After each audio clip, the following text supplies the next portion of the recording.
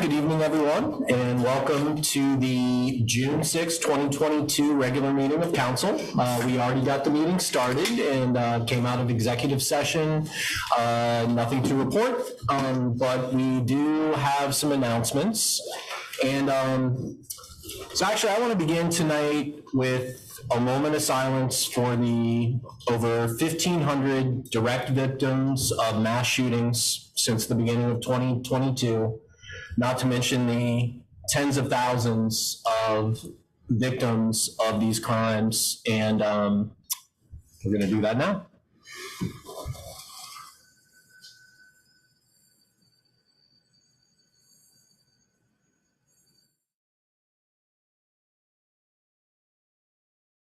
And I'll have more to say about the inadequate response from our state and federal governments, but I do want to have Chief Burge share a few thoughts with us. Good evening. I want to thank council for giving me the opportunity to address the recent tragedy in Uvalde, Texas. Whereas all of us now know 19 students and 2 teachers were senselessly taken. Personally, I find that offering thoughts and prayers ring hollow when the times call for action. Nonetheless, my heart aches for the children and the teachers that were taken from us. That said, I want to take this time to ensure this community has the utmost assurance that we are taking every measure to mitigate the risk and prepare for the realities of the dangerous world we live in. Immediately following the incident, I met with team members and began having difficult conversations and asking difficult questions. Among them, if this happened here, how would we respond? In law enforcement, we refer to this as a debrief. Much like the practice of reviewing film in the sports world, we use these incidents as a way to better prepare ourselves if we find ourselves in the shoes of those who have already been there. I pride myself on speaking candidly and openly with this community. A part of this commitment means speaking in practicalities. With that said, the YSPD is taking concrete actions to ensure we are prepared to respond to an active threat. Training. We currently have 5 officers certified in single officer response to active threat, including the current youth outreach officer and myself. Both of us are routinely scheduled timeframes that our schools, businesses, or churches may be targeted. I'm reaching out to training facilities to get the 2 remaining officers without certification certified. In July, all officers will be attending a joint training on active shooter response with the Ohio State Patrol. This will be a real-world scenario-based training to test the skills we currently have and identify any areas of opportunity. We are also fortunate to have with us Officer Doug Andrus, who was recently complimented in another meeting we had, one of our more present officers, whose career prior to LE included education. For this reason, he's passionate about educating both schools and businesses about their active threat protocol. He is often called upon throughout the year to assist with ALICE training throughout the county. His experience and dual expertise is a great addition to our community. Equipment. Are we prepared to respond to an active threat with the tools needed to react as quickly and effectively as possible? We are actively researching the equipment opportunities within the department and will invest in what's needed to keep this community and our kids safe.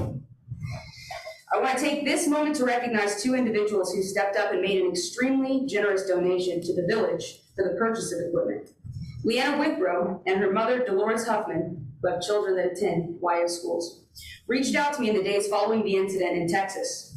To quote Leanna, "I want the officers who will respond should the worst scenario happen to have what they need to be able to rescue them," referring to her children, "and anyone else in harm's way."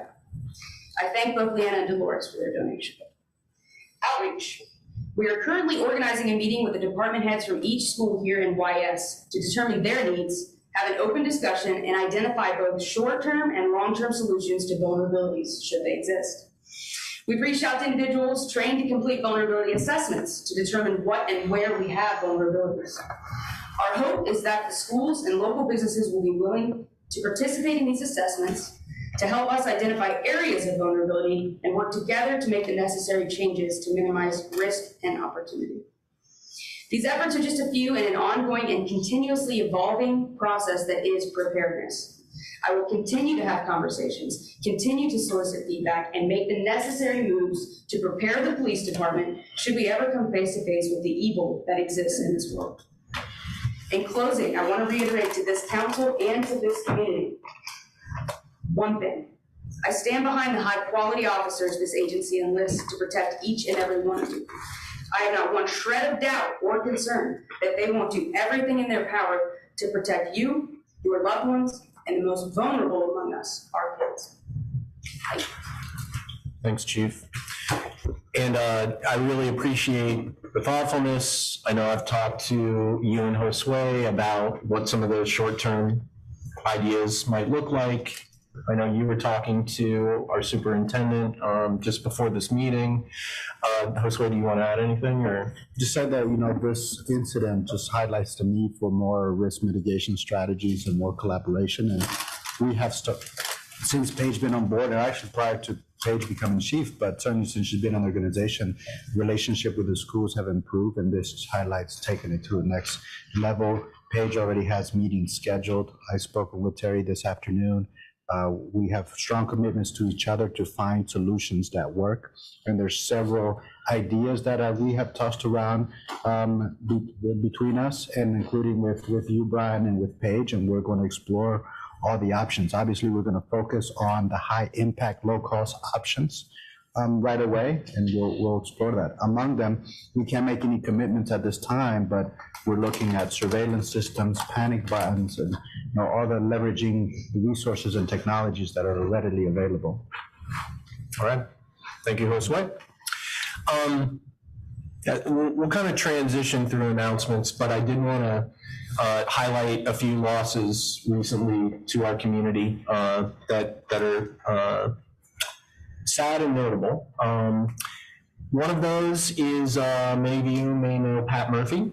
And Pat Murphy was part of Plan Curtail, who developed a program that I understand the village, maybe a seed, but Faith has offered for us to look at, that helps improve the building design process. And it's something I know that if we haven't engaged with Faith at this point, that it may be something that will support our affordable housing goals. Mark Crockett, amazing individual, one of the first people I met when I came to the community, served for many years as a township trustee, owned a great shop in town, and just always had a warm heart for everyone, and he's going to be well missed. And the one that's hardest for me is Susie Young, who was our accounting payroll person. We were birthday buddies, Groundhog's Day, and yeah, just such a bright spark of life, and we're going to miss her. So I'm going to turn it to Josue to talk about Trails Day. Difficult to follow up with such great, wonderful people that we've lost. Trails Day was this Saturday. It was overall a great activity. I want to thank Mark. Mark was trying to make it. Mark Housh was going to attend today's meeting, but I thank Mark for being bold and being the first entity to launch such a public event here in the village after more than 2 years of COVID. So we had a good number of people come out. We were expecting a higher turnout, but it was as much fun nonetheless. And so we highlight this because this is the beginning of a lot of the outdoors activities that help build community. So you're going to see more of these activities happening this summer. We've got a couple lined up already. We've got the Juneteenth event, we've got Pride, we've got the July 4th. So just in the next 45 days, we've got 3 big events. And while you have the mic, is the Safe Routes to School project still starting this month? Johnny and I were actually just speaking about that. Their construction timeline is to be done through September. The contract was awarded just 2 weeks ago. Mm-hmm. So the construction company has to get everything lined up for the work. We are requesting a change in the not in the timeline, but in the order of how things were going to be done. We're asking that the sidewalk adjacent to the school start first, so that, we hope to have that sidewalk completed by late August, so that when school starts, at least the school sidewalk is completed and we can finish up along the routes. But our expectation is that, yes, we're on target to deliver that project in September. Johnny, did I miss anything? Yeah, okay. And so then, I think making sure that we're communicating with the community about how that's going to roll out. No, thank you, Brian. And I'll remind the citizens that we'll work hard to keep the travel lanes open. With Limestone being such a narrow street, you'll see heavy machinery, and there may be occasional road closures or detours around the equipment, but we expect to reduce the traffic impact. That reminds me, I know that we've had one business right to council about the Dayton Storm Reroute project, and that's scheduled to happen later in the year. And that project does not include a road closure, as the letter that council received indicated. We're not going to put big billboard signs outside of the village saying that a road closed. No, we're actually not expecting to have any road closures. A lot of the work, it's outside of the main roads. So nothing on Xenia. There'll be some work, some interruption on Dayton Street, but it's not expected to affect traffic heavily. So. All right, thanks, Josue. You're welcome. Kevin, Juneteenth? Yes, thank you. I am prepared to talk about Juneteenth. And I'm going to forward this email to you, which has a lot of information in it, and encourage folks to reach out to Judy or the 365 Project to get information. And Philip will get it on Facebook. Philip, thank you very much. I was careful not to call Philip's name because I threw him under the bus 2 weeks ago. So just trying to be fair. But so Juneteenth is happening in a couple of weeks. So I'm just going to read a couple of bullets about the volunteers that are needed at various junctures along the walk and the celebration. So there is regarding the walk that starts in Central State and then comes down the bike path to here. So there will be walk registration tables. So 4 volunteers are needed there at Central State. Then there are various checkpoints, if you will, at in refreshment stations at Little Miami Bike Trail, at Brush Road, at Jacoby Road, and at the Riding Center. Each of those locations, if possible, they'd like to have 2 general volunteers and someone with access to a vehicle. A couple of the spots, they're also going to try to have an EMT or someone similar capacity to do some things. Then here at the Bryant Center and on the lawn, there's set up and tear down various numbers of volunteers for the various roles and responsibilities. But there is a lot of work that needs to be done, and there are a lot of needs that are still unmet. So we're asking you again to reach out to the venues that we talked about, Facebook, the 365. Do have direct information. So again, just want to encourage folks to come out. I'm actually going to be at Jacoby. I'll be there at one of the stations, handing out water, advice, and wisdom. So, but stop walking, go back home. Can you go over again, if someone wants to be a volunteer, what are the ways they can sign up? I'm trying not to call you, Philip. I think the best thing, what I did is I wrote to Dr. Magruder at the 365 Project, and I did volunteer again to be at Jacoby Road. So you can reach Dr. Magruder easily. I'll give you his business email, which similar to mine, which is kmagruder@antiochcollege.edu. So you can definitely reach him there. And if I gave up an inappropriate email, too late. So again, this is, as we've talked about before, one of the signature events that we host as a village, and the walk from Central State is an added component And I think that'll just will help make it a bigger deal, and hopefully more cement this celebration in this community. So I didn't want to take a lot of time, just want to let you know that there are needs. We need you to step up and volunteer. And I actually have another, but I'll let someone else take over while I get my papers together. Well, I'll just mention that, one of the things that some may remember is that part of the village's commitment to celebrating Juneteenth is making that a holiday. So the Monday, the 20th is a holiday, which is why our next council meeting will be on Tuesday, the 21st.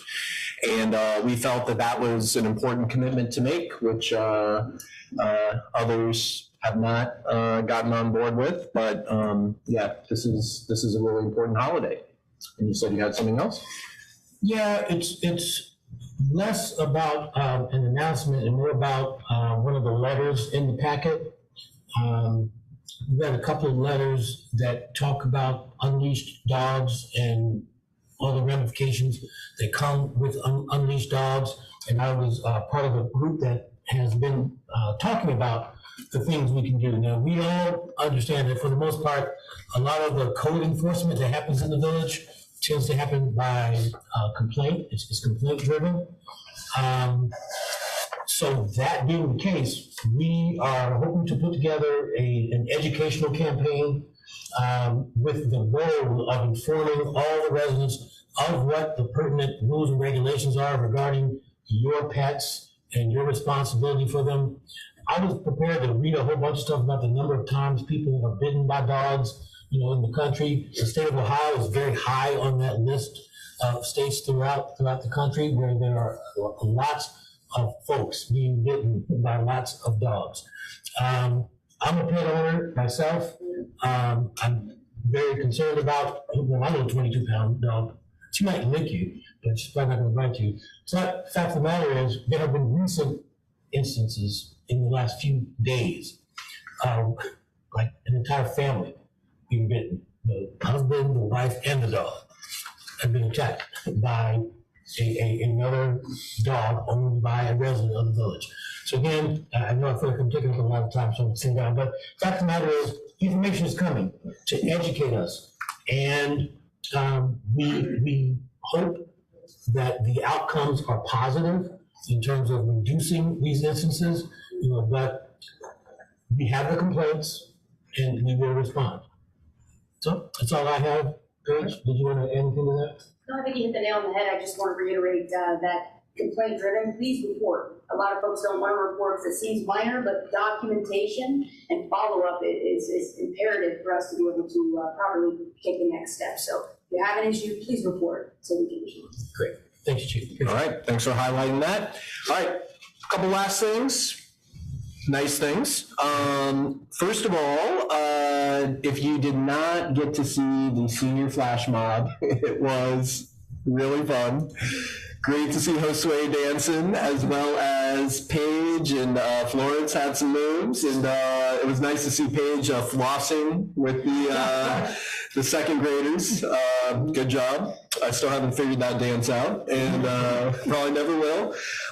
Also, we recently heard that our own village manager just made it into the Dayton Business Journal's 40 Under 40. Whoa! Congratulations. All right.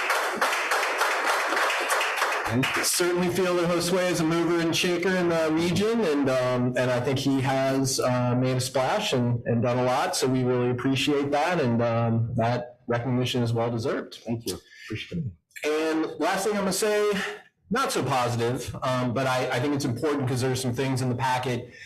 Home rule is again under attack, and apparently the village of Yellow Springs is like the target. So we had one representative that talked about liberalism is creeping into our villages now, although I'm not sure that that is something that's creeped into Yellow Springs. I mean, I think it's been well established for a while. But on top of the fact that we can't have any local gun control, that was taken away in the 90s, now, some of you may know that they've decided to put on the ballot preventing non-U.S. citizen residents from voting. despite the fact that Ohio allowed non-US citizen residents to vote for 100 years before we became super xenophobic. And there's also this issue, which I think our advocacy helped stave off for a while, this unfettered ability to have Airbnbs anywhere you want, and taking away the ability of communities to create some balance to preserve our character and vibrancy. We're going to see how that one turns out. We had a very interesting interaction with a representative, the one who authored the legislation. And as many of you, if you're following, may see, it's become very divisive at the State House, right? Everything's party line decisions. I mean, including things like passing a resolution that Canada's on the watch list against religious freedom, which is just, it's getting ridiculous. So anyway, just so we're all on notice, and certainly our advocacy is important. We have an important voice, but until there's redistricting and until we get more young people out voting, this is probably going to be the way of Ohio, unfortunately. So I think we've had enough announcements, and why don't we move into the consent agenda? And Judy, if I remember correctly, we need to vote on each one of these individually. Is that right? Is that what we learned? Okay. So first of all, we have the minutes from our last meeting. I'll entertain a motion to approve. Second. All right. All those in favor signify by saying aye. Aye. Aye. Any opposed? Okay. Second is our minutes from our special meeting, the council retreat. Actually, I should say the village team retreat. Can I get a motion to approve? Second. All right, all those in favor signify by saying aye. Aye. Aye. Okay, next up is a review of the agenda. Anything we want to add, modify, or revise? Yes, Marianne? Yes, I have two things. I would like to recommend that we remove resolution 2022-28 from today's agenda. That is the resolution voting on the recs. And I'm making that request for several reasons. I would like for us to have a discussion about recs before we vote, at a separate meeting from voting on them. And I would like to wait until the Power Clean Future Ohio can come and meet with our council and answer any questions that we may have before we vote on recs. Okay, so let's pause on that one because I feel like that should be voted on. So is there a second? Yes. To what? Carmen and I would like to make a nomination for the Environmental Commission. Okay, but I want to talk about your first motion to remove, because I think that's a little bit different than just a. Yep. Is there a second for that motion? I'll second the motion. Okay. All those in favor signify by saying aye. Aye. Okay, I'm good with that. Okay, thanks. And then the second thing was a nomination. Yeah. Which will go into new business. Okay, great. Any other agenda review items? Okay, so the one thing that I want to do is move manager's report to right after legislation.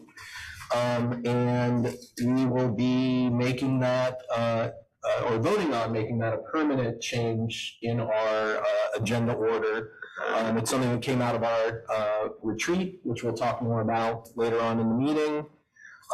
Everyone good with that? Yes. Okay, cool. All right, so then next up, I believe it's you, Kevin, to review our petitions and communications. All righty, thank you very much, Brian. And as I alluded to earlier, there are, when I talked about the unleashed dogs, that it was the petitions and communications that I was referring to. But we have received a letter from Marianne, MacQueen regarding regional green invitation. Lindsay, Burke regarding an unaddressed complaint. Greene County Community Health Department regarding children's mental health awareness. Brian Housh has a letter regarding the Cleveland.com article that I believe we'll talk about later. Brian also has a letter regarding testimony opposing a bill in the State House. Joseph Amend has a letter regarding public record complaints.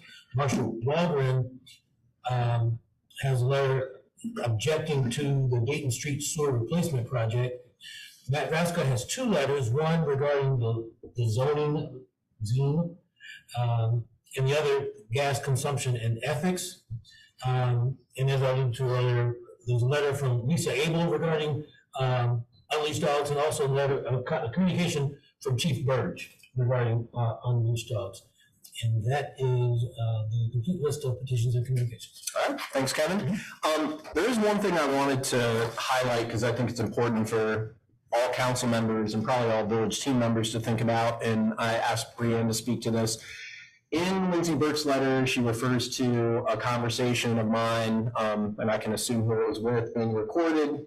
I want to emphasize that anything I say, right, I always stand behind, so I don't really care about this, but I want everyone to be aware that basically any phone conversation you may have could be recorded, and some people may feel differently about that than I do. But Brianne, I'd like you to just speak to like the law in Ohio around surreptitiously recording conversations.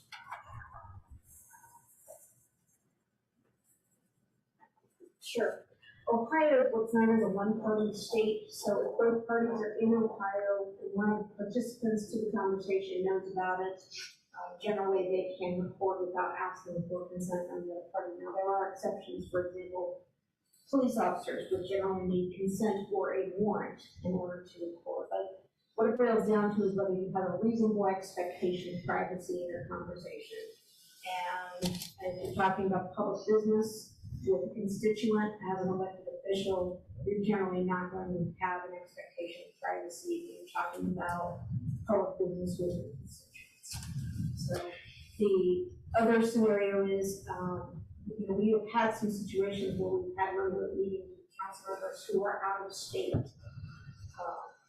That only applies if all the participants are in Ohio. If you or the other party is outside the state of Ohio, other laws apply, including federal wiretapping laws. So if both parties are in Ohio, but say you want to record a conversation with a constituent, the best practice is just to tell them that you're doing that. But be aware, be warned, someone could be surreptitiously recording your conversation, whether it's on the phone or in person. And if I ask somebody if they're recording, They should be forthright and honest with you, because if you ask someone if they're recording and they say no, then you have an expectation of privacy in that conversation, unless you're having the conversation in a circumstance where it could be overheard, such as a public place, you're in the hallway, at a restaurant. okay. Any questions for Brianne? Okay, thank you. All right, yes. I'll just add, since we did mention Lindsay's letter more than once. So I recently did respond to Ms. Burke via email, and I have the process with regard to complaint letters. It is taken as long as it has because I have taken as long as I have taken. It's no one else's fault why we haven't gotten responses yet, but I have completed the work that I said I would do, and I will send individual letters to each person that had a complaint. So for the record, for anyone who's still waiting to hear from me, just wait a tad longer. You will get an email from me this week. Thank you. All right, thanks, Kevin. All right, we're going to move into legislation, and first up, we have the second reading of ordinance. I feel like I was in Tennessee for a little too long. Reading of 2022-20. Judy, we can do that by title only. All right, this is authorizing the village manager pursuant to the master service agreement with American Municipal Power Incorporated to execute the 2022 landfill energy schedule for landfill generated energy purchases. All right, can I get a motion? So moved. Second. Okay, great.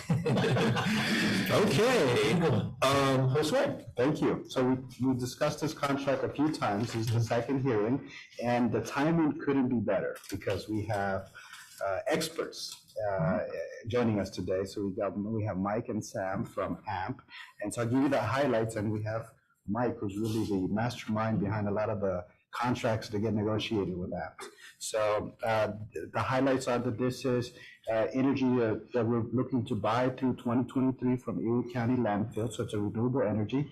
It's 700 kW at a price not to exceed $60.85 per megawatt hour.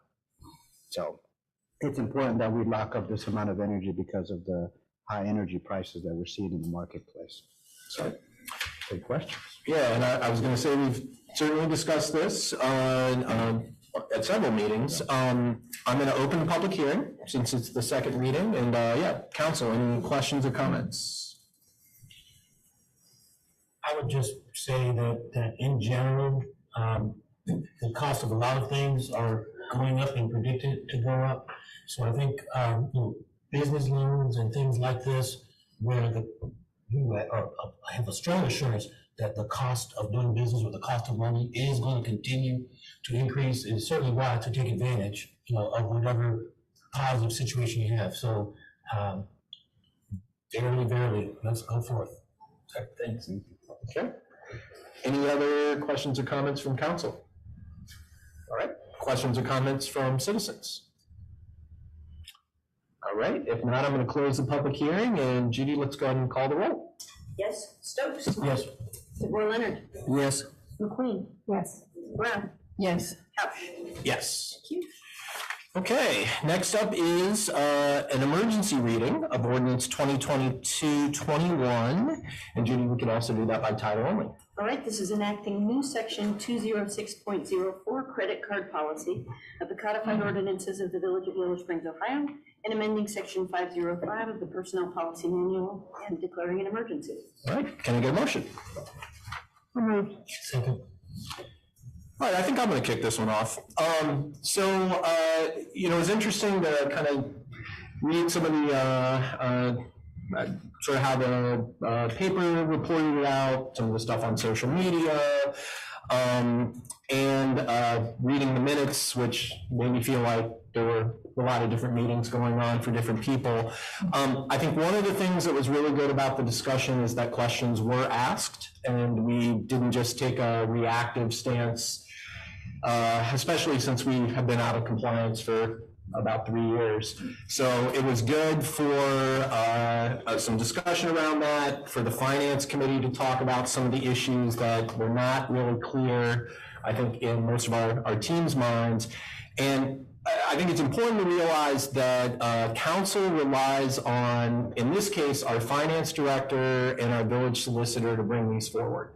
And I think it's really important that we remember, I actually had Corkle put into the packet, and it's actually right behind Denise, a little wrinkled, that some of the things about our village culture is to be results oriented, to be collaborative, to be constructive. And I think ultimately we got there and looked at some things that make this policy clearer. One of the things that I know that was unclear that Judy has mentioned is that when she was told that she had the credit card, she was told that she was holding that credit card for council. And so there was some lack of clarity around, like, what does that mean? But I think we're all good with, as Carmen mentioned the last time, that we want to be as transparent as possible about our financial interactions. And then what's most important is that our processes and policies are clear, which they really were not in the past. I know also that there were some suggested amendments that we'll talk about related to making sure that everyone's educated through our compliance officer, which is one of the requirements that we have. And with that, I don't know, Josue, anything else that we need to highlight about the credit card policy? No, I think you covered it all. I regret that, we're coming onto this as 3 years being out of compliance. This is one of the things that we learned in 2020, and we worked swiftly to enact an administrative policy, but that's not sufficient for the auditor. So we did try to correct this as best as we understood at that time, and that it wasn't enough, so it needs to come back to council. And what you have before you is it includes a lot of that administrative policy that was drafted in 2020, and it's been expanded. Brianne's done a good job to expand this to meet all the legal requirements from the state auditors. Great. Are you looking at the red lines that were at your place at the table? Yeah, so I think, so for anyone that hasn't seen this, we'll need to talk about if we want to make these amendments, but there are some red line things about that. And I have one to ask on item F, the credit card limit. Yes. Johnny, because of his role as Public Works Director, there are emergencies that happen, and he's got a higher spending limit than that, and that needs to reflect or need to be able to purchase materials, supplies, and equipment on an emergency basis with a credit limit of $10,000. Okay, so since this is an emergency reading, I do want to open the public hearing. And first of all, any questions or comments from council? Just real quick, Josue, were you just referring to item F, credit card limits? Yes. And so what was the intention for the red line there? What was that supposed to say? It did not have a limit, it did not have that clause included, and so now it's included, but the number 3,000 needs to be adjusted to be 10,000, so it'd be 10, comma, 3 zeros. Gotcha. Okay, thank you. Okay, any other questions or comments? Okay, any questions or comments from community members? All right, Jessica, was that, okay. One thing I wanted to highlight was those statements about, is it something that indicates in general, where was it? Sorry, I didn't write it down.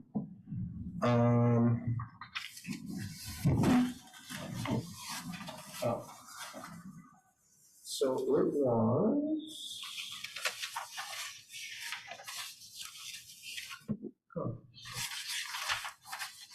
No. Has it changed? Oh yeah, I guess it's sub C. Village credit card may be only used. You know what? Actually, I think maybe it got addressed. So this current version seems to have updated it.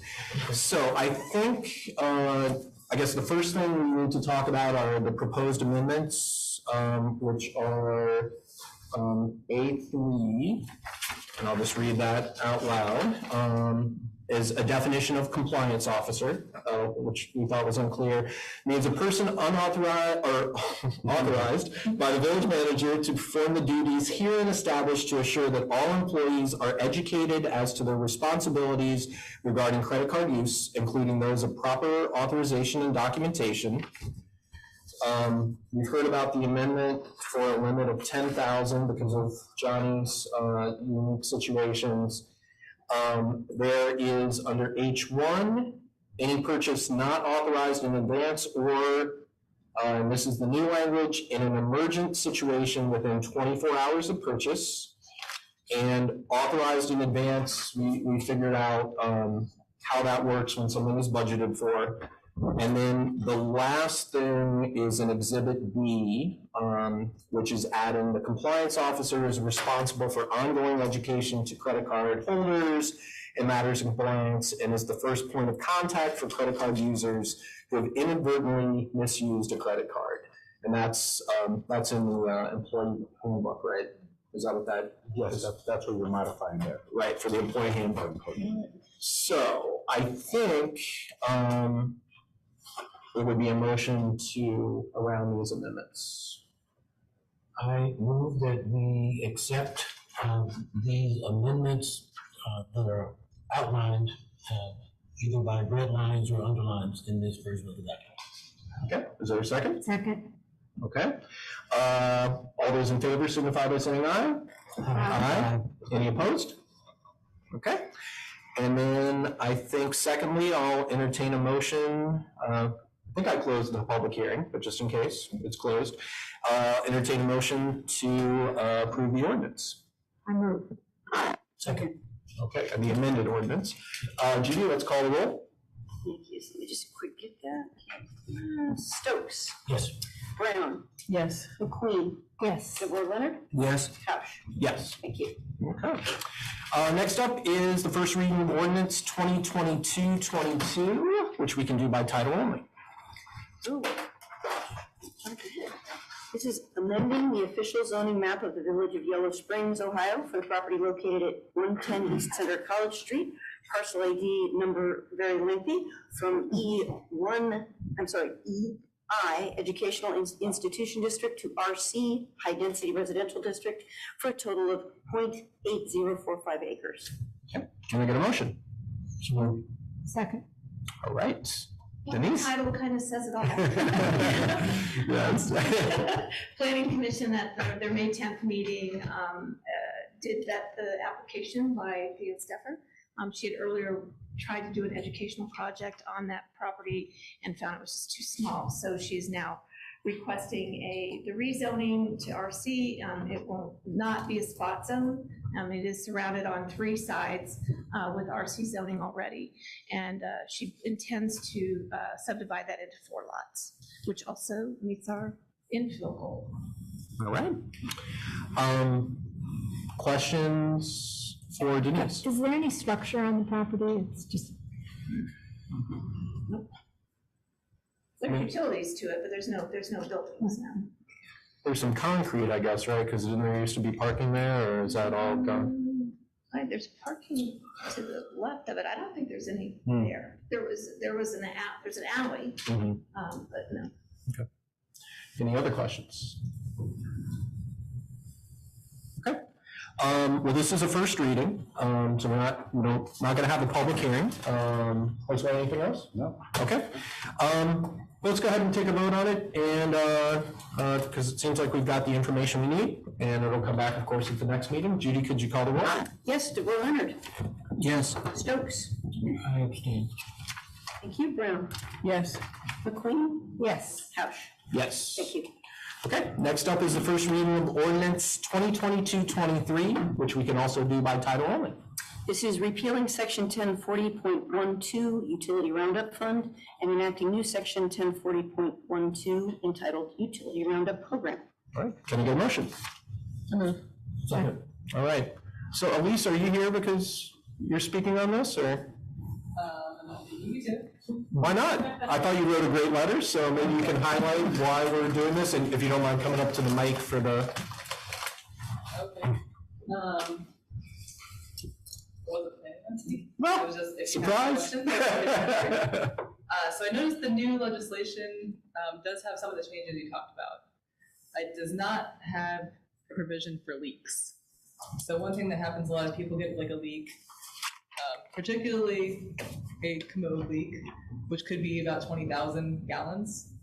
That's not unreasonable. People are very surprised by that. They're like, oh, that couldn't be that much if it was just that. And that can be like $400. So that's a very large unexpected expense. I see people who call us and say, what can I do about this? I can't give them a sewer adjustment because it went into the sewer. So what can we do to make that affordable? Right now all we have is payment plans because they're not at risk of disconnection yet. So that's one thing I would like to suggest adding if you want to talk about that. Okay. And then I talked to Florence. No, she's probably on. She is on the meeting, I can see. And she suggested 3 months instead of 6 months, just based on the need that she sees in the community. So those are, I don't think I put that in my email, Great. but I've spoken with her since then, 'cause she asked me some questions about it. And otherwise, it sounds like you thought that increasing the amount to 400 made sense based on the requests you're getting. Yeah, So- I suppose we brought that up because we had talked about that. Well, I talked about it with Matt, and they had spoken about it. So that's why he brought that amount up. Great. Well, I appreciate you sharing your insight since you're boots on the ground, so I thank didn't know that it you. was in council until I saw it. Yeah. Great. Josue, anything else to add? I don't. I think the water leaks is a challenge because that's water that's used and that goes down the system. So I think that presents a unique challenge. I know that in the past we had talked about developing programming that would help address some of these inefficiencies in a home. Inefficiencies being leaks are caused by old equipment or improperly working equipment, equipment that is outdated. You know, I've got I've got high efficiency toilets in my place.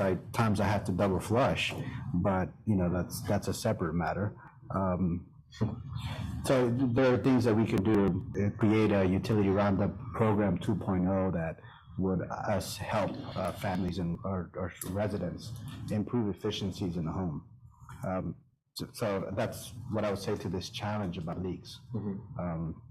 But certainly up to council, I think whatever you decide today is not necessarily a final. We can be a bit progressive. And I understood that was the task at the last council meeting, is like, let's find the next step. And that's that 6 months and the 400. It essentially reduces the time frame by half, and it doubles the subsidy. Yep. All right. You said it reduces the time, you're referring to the 6 months? 12 months to 6 months. That's twice a year. Yes, twice a year. And I heard 3 months is a proposal. Are we considering that? We can. This is also a first reading, so, right.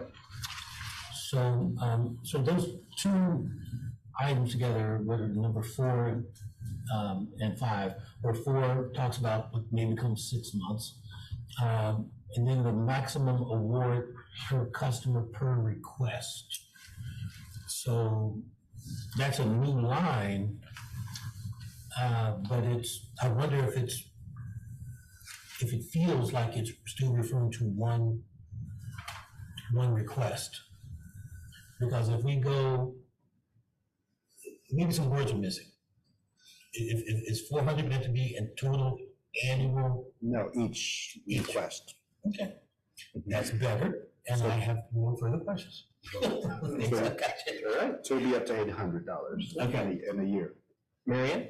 Yeah, I would really like to see a much more robust program, and I'd like to have it be opt-out rather than opt-in, so that we could really get the people who are really having difficulty not having to come in every 3 months or half a year or whatever.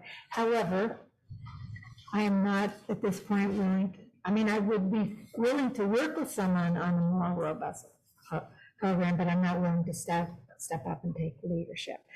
Therefore, given if we're going to do incremental, I would suggest that we add the water leak and keep the 6 months, and I'm good with the 400 per customer. Carmen? I'm sorry, can you clarify what you mean adding the water leaks? This utility roundup only applies to electric and So utilities period.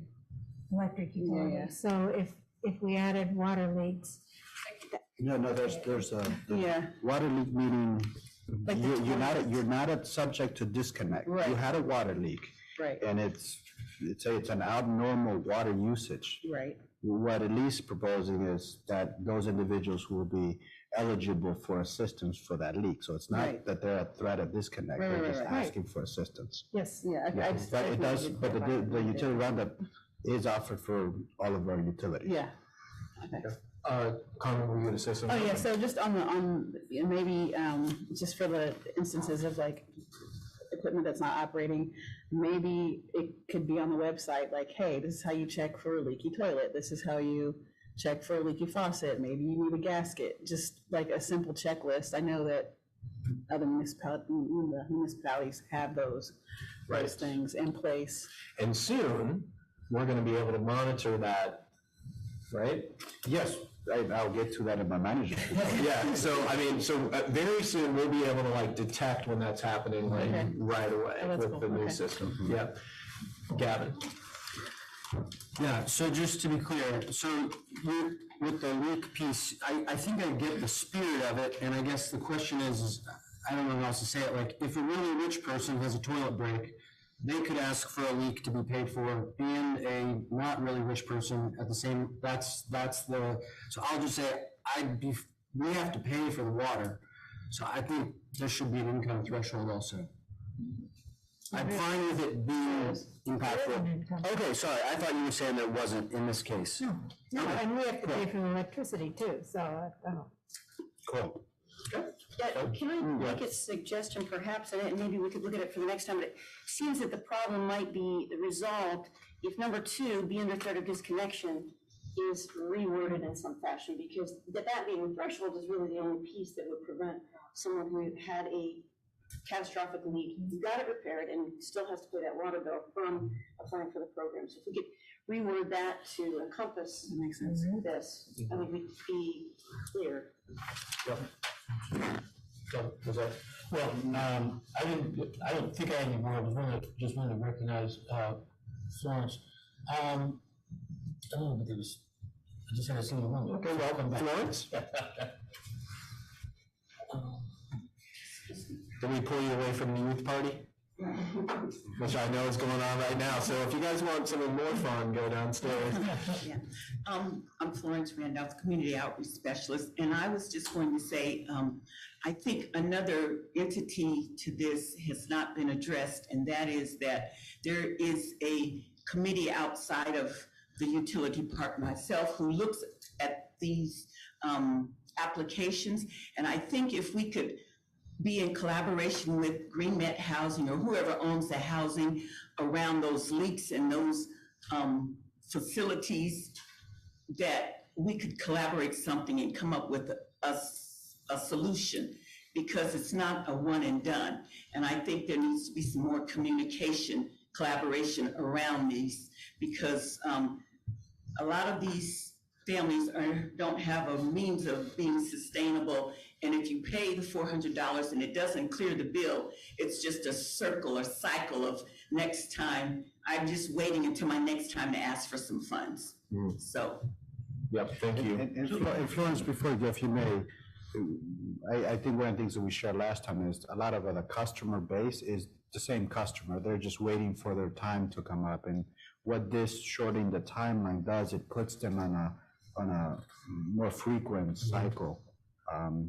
And I envision a world where we have a system that can help those families come out of that cycle of poverty. Unfortunately, I think we're far from it. And so until then, it continues to be that cycle, and we're assisting folks. So, and I think that gets back to, I really appreciate Marianne talking about a more robust program. So, anything else for us?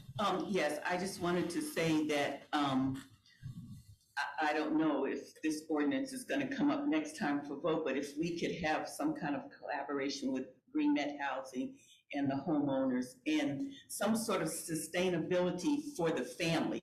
I know there's a requirement for Green Met Housing for them to take some classes, but sometimes that's not followed through with. So if we want to really help these families to become sustainable, we got to do more about helping them to get what they need to be sustainable and not just throwing money at them.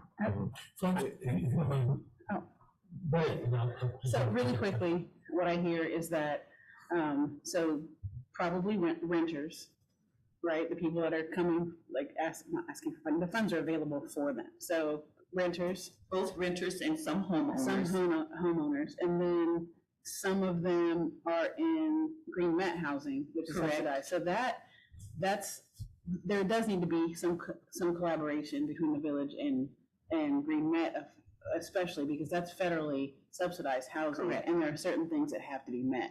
So they need to have some accountability there. So thank you for bringing that up. Okay. Yep. I appreciate that. Yeah, and that's what I wanted to go down, because you mentioned Green Met and collaborating with them. So you suggesting, or to what degree are you suggesting that a fairly large portion of the residents that we're helping through this program are Green Met residents? Correct. Mm-hmm. Okay. All right, you know, particularly, you talk about helping them make it more sustainable, like is there some common thing, they're poorly insulated windows or something like that we can put? Along those lines and other things. So I think we need to, we really need to meet with them, go offline and get the particulars of what their requirements are and what we can do to help and how we can help the families. Great. Well, thank you for all you do. Thanks a lot. I have a question yes. for Kevin. Is this a project that could get taken on by the Inclusive Resilient Ellis Pond? It is a project that could be presented to that group. I can't speak for them, but I will be happy to Because that take the is message. clearly something that is going to make or break someone being able to live here. if they cannot afford to pay the utility. Right. I will get back with you on that, but yes, I will carry that message to the Inclusive Resilient Yellow Springs Coalition. Thank you. Okay. Can I throw you a Yes. suggestion, and not for right now, but to direct moving forward, perhaps if you replaced to be under threat of disconnection with provide reasonable proof of significant financial hardship created by the utility issue, then we don't have to have threat of disconnection as that threshold. As the only choice. And then you could also add for eligibility for a second request in a calendar year, the recipient requested to, any recipient requested to participate in an educational program shall provide proof of participation. Something along those lines. That way, if you're, because you're enabling multiple requests in a year, that might encourage participation as well. So, great discussion. I think, it sounds like for sure we're gonna have a modified version coming forward.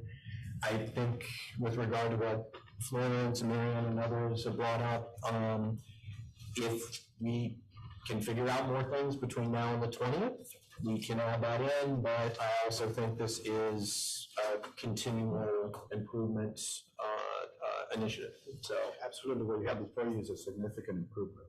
Yes. Right, and I appreciate you saying that, Brian. So, yeah, I would think the changes that we're talking about are good, but I don't think whether we have secured the support of Inclusive Resilient Yellow Springs Coalition should be a showstopper. Right.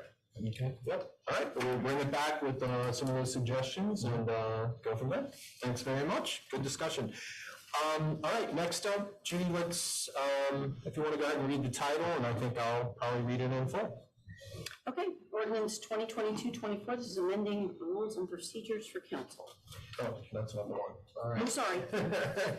You're right, that one is in there. All right, can I get a motion? I move. Second. Okay. All right, this is a very small change, but since it's an ordinance, we need to update it. So we are basically related to what we took away from our council retreat, wanting to move manager's report to right after legislation like we're doing tonight. For the next 2 meetings, we will have to do that during agenda planning, but then it will become a regular part of our agenda. Someone else? Well, I did send an email around, given the situation tonight as an example. If you have someone who's traveled and come in to give a special report, then they wait through the manager's report. If you were to move it below special reports, it's still coming quite a good deal forward in the meeting, but it allows, if you've got folks coming in to give a special report, for example, it gets them ahead of that manager's report. I don't know what you want to do, citizen concerns in that regard, but that might be my suggestion, is to not put it in front of special reports. That is your call. Okay. Any thoughts about that?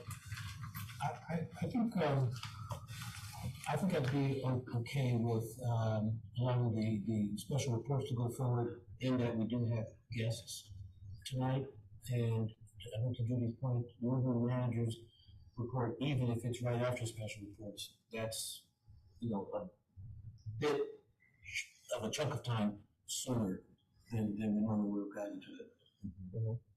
Any other thoughts? Okay. All right, so we'll have a second reading on this, and we'll make that final decision next time. Okay. All right, so we are into Resolution 2022-34, and I'm going to go ahead and read this in full. Affirming the rights of LGBTQ plus persons and celebrating our shared diversities. Whereas LGBTQ plus people exist in all cultures, all classes, all families, all religions, and all ethnicities, and are actively welcomed in Yellow Springs as codified in our village values. And whereas when those of us empowered to believe in the worth of our lives and voices use our voices to challenge the discrimination and diminishment of all disempowered people, we lift up all LGBTQ plus people and strengthen our community. And whereas the last year has brought a cascade of legislative violence against those most easily marginalized by an increasingly reactive conservative minority, with many such actions directed at LGBTQ plus persons and those who support them. And whereas the concept of pride is rooted in our history of relentless shaming for what people are, who they are, and whom they love, and this expression of pride is essential to solidifying belief in LGBTQ plus people's worth as a community and as individuals. And whereas we wish to recognize that LGBTQ plus persons are ubiquitous, and we raise ourselves by raising all disempowered, underrepresented, and oppressed people. And whereas we encourage all people to condemn the silencing of LGBTQ plus history and to challenge the ignorance that drives oppression of our transgender and non-binary youth, now therefore be it resolved by Council for the Village of Yellow Springs that Section 1, Village Council takes pride in the diversity of our community and commits to ensuring the equal treatment and protection of all villagers and visitors, regardless of race, age, sexual orientation, gender expression or identity, ethnicity, economic status, mental, physical ability, or religious affiliation. Section 2, Village Council encourages the celebration of June 24th to July 1st as YS Pride Week in recognition, or to recognize progress made in the ongoing fight for justice, equality, and inclusion, and calls on everyone to recommit themselves to confronting hatred and bigotry in all its forms. Section 3, say gay. All right, I'll entertain a motion to approve. I move. Second. All right, all those in favor signify by saying aye. Aye. Any opposed? I thought you were gonna have to say gay. That's right, that would be good, huh? All right. Well, gay. Yes, all right. And I just want to encourage everyone to come out June 25th for YS Pride Day. Great parade, great activity in our downtown. I love seeing the promotion right now, the single day to bring the most people into town to support businesses. I assume that Mark Heiss and the Chamber were part of that, along with the YS Pride Committee. And then also this year, the village is going to host a barbecue. Yes. And we encourage all council members to be part of that and grilling it up and enjoying some of that community interaction. Yes, so right now, Brian and myself are going to be the grill masters who welcome others to join us. Yeah, I could definitely have somebody like master my grill mastering, so please come. So, all right. Any comments before we move forward? All right. So next up, we've got Resolution 2022-35. Judy, we can do that by title only. All right, this is authorizing the village manager to enter into an agreement with Gray's Tree Experts for 2022 utility line clearance, Section 1 of the village. Can I get a motion? I move. Second. All right. Josue? Yep, this is, Johnny's also here joining us for this. This second year, we're partnering with Gray's Tree Services. They did our tree trimming last year, and we put out a request for bids, and Gray's Trees won the bid. So this is for continuing the reliability of our electric distribution system, and it's an important work. Recently we received complaints about trees being cut around it. That was not our trees. Johnny instituted a policy of cutting from the ground up so that we don't continue to see these branches that are in the communications line make their way up to the electric power lines. Johnny, you want to cover anything?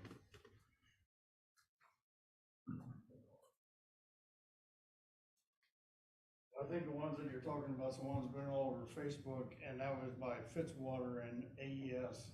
That is, if you see the lines with the big old umbrellas, that is the standard that Dayton Power and Light AES actually has done now. This is Section 1. It will start at the well fields and come all the way to Allen Street. This is also the first section that Grace did back in 2018. And this is the last section that we have to be able to do the new standard below the communication lines. So things are getting better. I just have a general question. I know, excuse me, I'll say last year, but it wasn't last year. But some another letting of this or similar contract, there was another vendor that had some issues or complaints. Is everything all clear? Did any issues come up this time? No issues, and we still work with that vendor. There were a couple of special projects that came up that we gave them business as well, and this year we continue that business relationship. Oh, great. All right, thank you. Okay, thanks, Johnny. All right, any other questions or comments? All right, all those in favor signify by saying aye. Aye. Any opposed? Okay. Resolution 2022-36. Title only, please. All right, this is approving an employment agreement with Michelle Robinson as accounting and payroll manager. All right, can I get a motion? So moved. Second. Josue. Thank you, Brian. I'm excited to announce that we've made an offer to Michelle Robinson for the accounting and payroll manager. Now, you may be wondering, why are you seeing this contract when the position was a non-exempt classified position? If you recall, council approved making this an exempt position, a non-classified position, so that we could be more competitive in the recruitment of this position. And because of our flexibility and being able to be more competitive, we have secured a very talented individual with 20 years in government accounting and finance. So I'm really excited that we are able to get this caliber of a candidate. So the contract is before you. I am asking for a modification to it, and that is that the employee, because they've spent 20 years in government service, has a lot of sick time accumulated, and we have not made a provision for any transferring of sick time leave, and I'm kindly requesting that council authorize a transferring in of 250 hours of sick time. And is this a common practice to do that sort of thing? Yes, the transferring hours is a common practice. With time, we have seen that many jurisdictions are capping or restricting sick time cash outs. So City of Kettering, which is the place that she's leaving, only cashes out sick leave if the person is retiring. Michelle is not retiring. She's coming to work for us. So she's not able to cash out that time, but she can transfer it. We'll still send City of Kettering a form to certify that those hours do exist and they're being transferred. We allow in the past, or we have accepted hours from other municipalities. At one point, it was an extremely high number that I think created financial pressure, and I'm more sensitive to the hours now, but it is a practice that we have done. And what about other municipalities? Yes, there are others that allow the transfers. Okay. And Brianne, I don't know if you want to add anything. This is a topic that Brianne and I studied and discussed a lot when we were looking at the personnel manual. Which brings up another point. Yes. As far as sick time transfer, personal leave transfer, vacation transfer, what we're asking council to approve the contract for is one of those reasons, because it is not something that is necessarily set by the revised code, because we're not a statutory municipality, but at the same time, we don't necessarily cap it the way some other jurisdictions do. Statute does allow municipalities to cap it, and it's all over the map. Again, as Josue referenced, the municipality that she's coming from caps it at 250 for retirement. But you know, that would be a reasonable, because again, if she was retiring, that would be what she would be getting with 20 years of experience. But because she can't take it as cash out, transferring it, and then whether she finishes her career here or moves to another municipality. Again, we've had that situation with sick leave transfer before, because we have a very generous policy, which right now has no cap. So we're negotiating this as part of our contract. And so your experience with other municipalities, is it fairly prevalent that as far as transfer, yes. Yeah. Okay. Yes, but again, most municipalities I've worked with have imposed a cap. Mm-hmm. We have not. Okay. Thanks, Brianne. Any questions, comments? It might be too soon to ask, but now that we're facing this for this cycle, might we consider imposing a cap for hours that transfer away? I see you, Judy. Remember that committee that was going to review the personnel policy manual? That committee. Okay. That would be yes, that would be a thing that would absolutely be discussed by that group. Yes. Okay. Any other questions or comments? Okay. Then all those in favor signify by saying. Well, I asked for an amendment to. Oh yeah, we do need to do an amendment. That's right. Okay, so anyone? I mean, you can, but you also have the language that in a form substantially similar to, so you don't have to do it. Which is what I was just getting ready to say. You're approving the resolution. You don't need to amend the resolution. We're just notifying you that the contract, that term in the contract, because she can't cash out her sick leave, we're accepting the transfer if council was okay with that negotiated section of the contract. Okay. So, so it sounds like then the vote is including the request. Okay, so let's go ahead and roll call this then. Stokes, Yes. DeVore Leonard, Yes. MacQueen, Yes. Brown, Yes. Housh. Yes. Thank you. Okay. And our last piece of legislation is Resolution 2022-36. Judy, we can do that by title only. I'm 37, thank you. It's renewing a contract with Josue Salmeron as village manager. Can I get a motion, please? So moved. Second. Okay, yeah, you're right. I did not skip over. Okay, so 2022-37. So there are two items here that we need to discuss related to the contract. One is the carryover of vacation hours, which in the last contract was 5 days.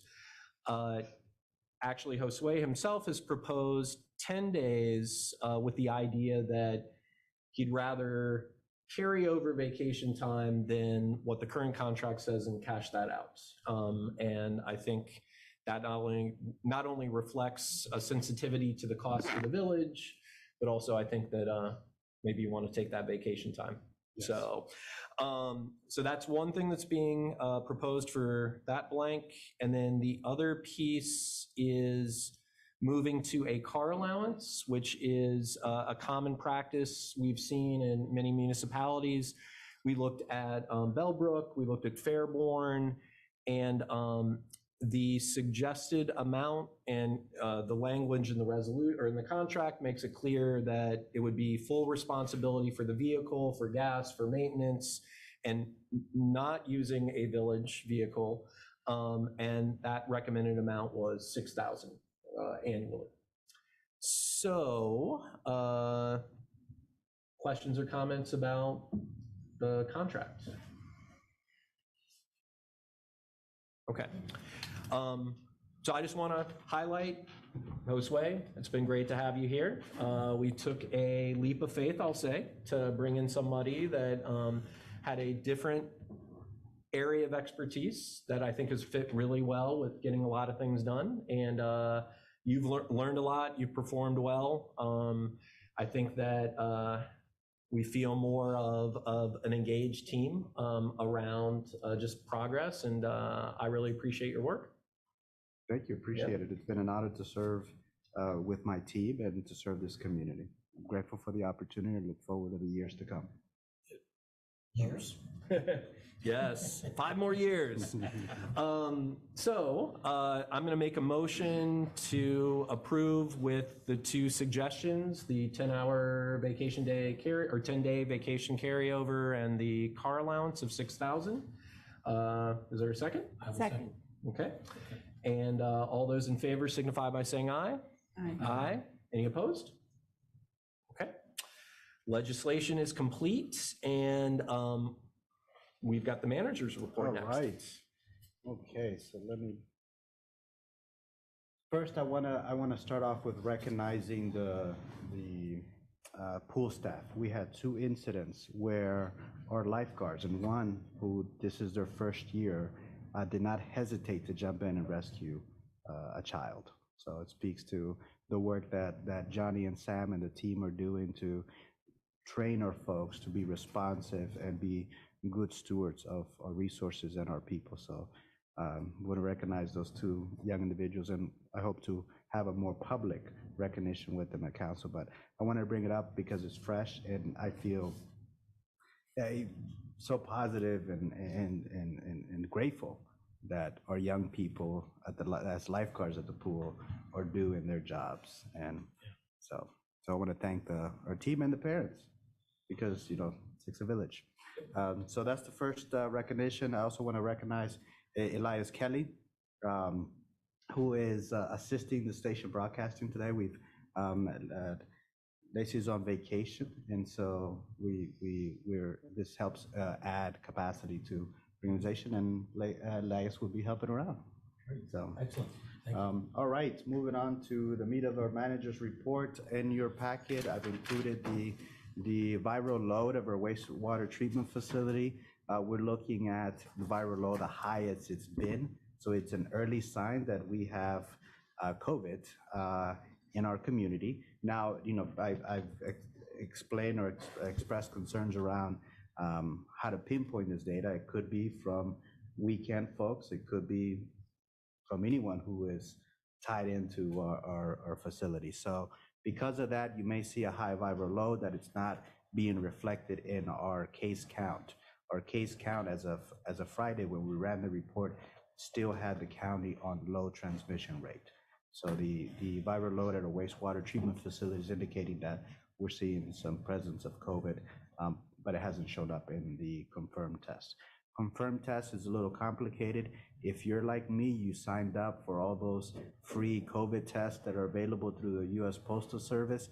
I got my 4 last week, so I'm testing, and to add those tests don't require to report it to anyone. So I imagine that there are folks that are testing positive that we have no way of getting that information. So there are some things to be mindful there. We had an unfortunate incident at our wastewater treatment facility last Saturday. Want to thank Johnny and the team and the citizens that were driving by that had the strong sense of smell to detect it, and were quick to initiate an immediate response by calling dispatch. And we had Johnny and the fire department go out and contain the sludge spill and took care of it.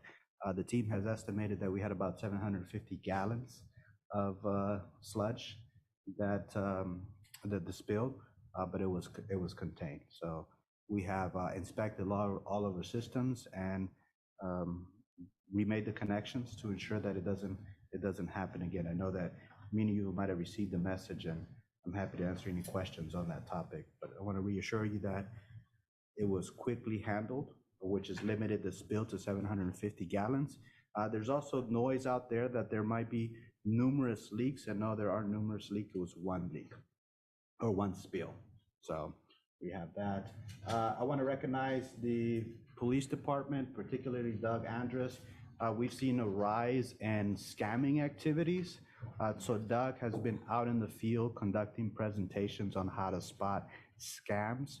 Scams vary from someone sending you an offer for electricity, rate reduction, or promises you something for exchange for money, and we have a lot of our citizens getting scammed. So Doug is out in the field conducting presentations, and he's made himself available to go to numerous groups. So anyone that's interested in a presentation by Doug on how to prevent scams or how to detect scams, please do not hesitate to reach out to our police department, or particularly our Chief Page. You're going? Yeah. The youth center is having a trip to Kings Island, June 11th. That's because of COVID. That's been we had to suspend that trip. It's now back in action. So anyone interested in going to this Kings Island trip, please reach out to Sam. The announcements are on social media and on our Facebook. So that's still going on. Brian referenced a party going on downstairs, so that's happening now. It's youth night. They have a movie going on downstairs. That information's also in your packet. I'll get to some staff updates. We have made a promotion for our corporal. So at the next meeting, we will have the swear-in for Paul Raful, who is our patrol officer being promoted to corporal position. We went through an extensive process to identify the best candidate for that promotion, and Paul got it. So I'm delighted that Paul got it. He's demonstrated great in-depth knowledge of our community and the practices that we want our officers to exemplify in how they approach the work. Additionally, he's demonstrated strong leadership skills that made him the best candidate for the job. So if you see Paul, please congratulate him. The Safe Routes to School project, which is the project that Brian asked at the beginning of the meeting, that's on schedule. So we expect to have that project completed by September. That's a sidewalk from Bill Duncan Park all the way to Walnut Street along Limestone. So Fillmore will be doing that work. Fillmore will also be doing our Dayton Storm Reroute project that we will begin in September. And we'll start going back to the Safe Routes to School project. Our plan is to start at Mills Lawn so we can complete that section of the sidewalk ahead of all the other sections just north of that to Bill Duncan. Our engineering has not changed on that since we held the public presentation on that. So we're good. There are a couple enhancements that Johnny is coordinating, such as the crosswalk in front of the Mills Lawn and connecting the sidewalk to the other end. On the storm reroute project, there'll be more information in the coming weeks as we ramp up or have our kickoff meetings with Fillmore Construction on that project. Yes. Are you talking about the Dayton Street? We titled it the Dayton Street Storm Reroute Project. So Marcia Wallgren had a letter in the packet concern about whether the street would be blocked during the holiday season. Can you address that? Yes, the road would not be blocked. And Marcia Wallgren, she mentioned a past practice of putting a big billboard outside of the village limits indicating that road closure. That is not happening in this case. I've spoken with Marcia about it, that we're not doing any road closures. Mark Heiss is the president of the chamber. I've spoken with Mark. We're not closing any roads for this project. Will there be some inconvenience? Yes, there's some big machineries and work happening, but we're not going to shut down downtown for this project. Any other questions for Josue? I have more. Okay, go ahead. So we've got the 5 acres that we're selling to Cresco. We're still working through the scheduling, the closing on that. So we hope to get that done maybe in the next 30 days, 60 days. It's a lot. It's been a lengthy process, but that's still in the works.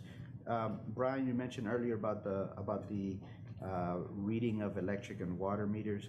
We have hooked up the 2 signal receivers for our tannerless AMI. This is a modernization project of our advanced metering infrastructure, so we'll now be able to read electric and water meters from downstairs at the press of a button. So Thor and Rebecca hooked up our receivers, the tannerless system, just last week. So John has been spearheading this technology innovation project, if you will. It's top of the line for us, but it's technology that's been around for a while. So we're bringing Yellow Springs into the 21st century with this technology. But Johnny and the team's been hard at work on this.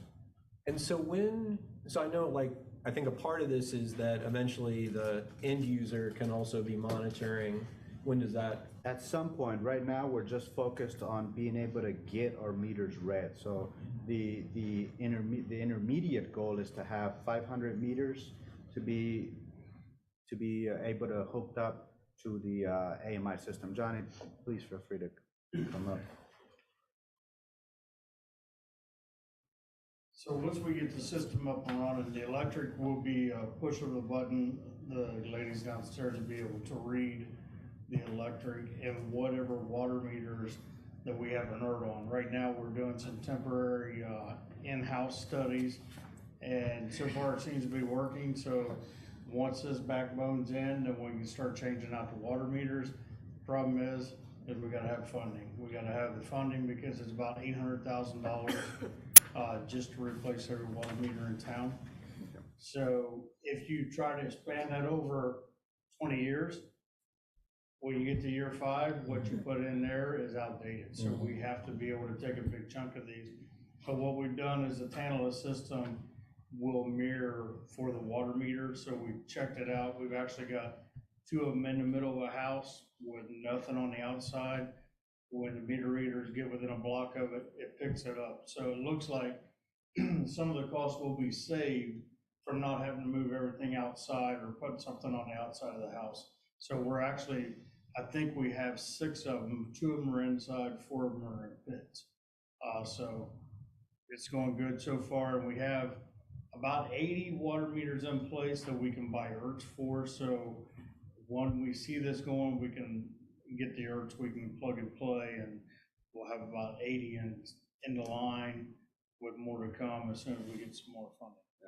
And on the funding side, Brian has helped us connect with state legislators about pursuing Public Works Commission money. Johnny and I were connecting this last week and today about other funding opportunities. So we're looking at a local grant competition to submit the request for funding for replacing these water meters. So we're still working on those funding opportunities. Last one that I have, I'm being sensitive to time. And, there's plenty of information in my report, and I'll take any questions on that. But I want to bring up the issue of Ellis Pond. I reported on Ellis Pond, I feel like almost 2 years now. It's been an ongoing challenge. We've exhausted every environmental friendly resource at our disposal that is cost effective. We did the Bartley bells, we did the 3 water fountains. It's a beautiful sound feature, and it's supposed to aerate the water too. We had some success controlling both the algae bloom and the invasive species last year, but today I walked the property and it's back. It's completely covered in invasive species. I don't see an alternative other than using herbicides to treat the invasive species that are at the pond. I think we've reached that point where I think it's become a public safety, a public health risk because of so many invasive species that are on that pond. So we want to be able to apply herbicides to the pond. And so, just so you know, Josue emailed me and maybe the Environmental Commission, maybe 2 weeks ago, and I responded that I wanted to get some more information and that I wanted to meet with you, which we haven't done, but I have brought a couple people out there. We've gotten some more resources, and I want to meet with Josue and Johnny and go over some of the other alternatives. It's not a one and done. No fix is one and done. No, but there are various options, including using some kind of algaecide. And I'd like to agree upon a plan to do that before coming back and getting approval for council to put in herbicide. And I'm hoping we can meet this week. Mm-hmm. I'm open to having meetings. I feel like that we've spent a lot of time on this It's project. never come to the EC, though. I- The Environmental Commission has never talked about it until your email, so. Okay. And I'll take some responsibility for that, but given that we had said we weren't going to use herbicide in the village, I think we have to make sure that we have a plan that looks at the various options. Mm-hmm. Yeah, and the other options that we've explored, we looked at dredging. Dredging is perhaps the better This is not an solution. option that we're talking Yeah, about. we just couldn't afford dredging, and it's a $200,000 expense that we looked into. Right. So this is the most cost-effective option that we have at the table. I have a question. So given the growing season, if you will, if we attempt one alternative now and give it however long it needs to take to see if it was effective. If it's not, then we've got another cycle. So how many cycles of making attempts for this growing season can we get in? Putting the herbicide in is not a one and done. It has to be continually put in. And there are, I don't know, I mean, we can take a lot of time right now if we want to.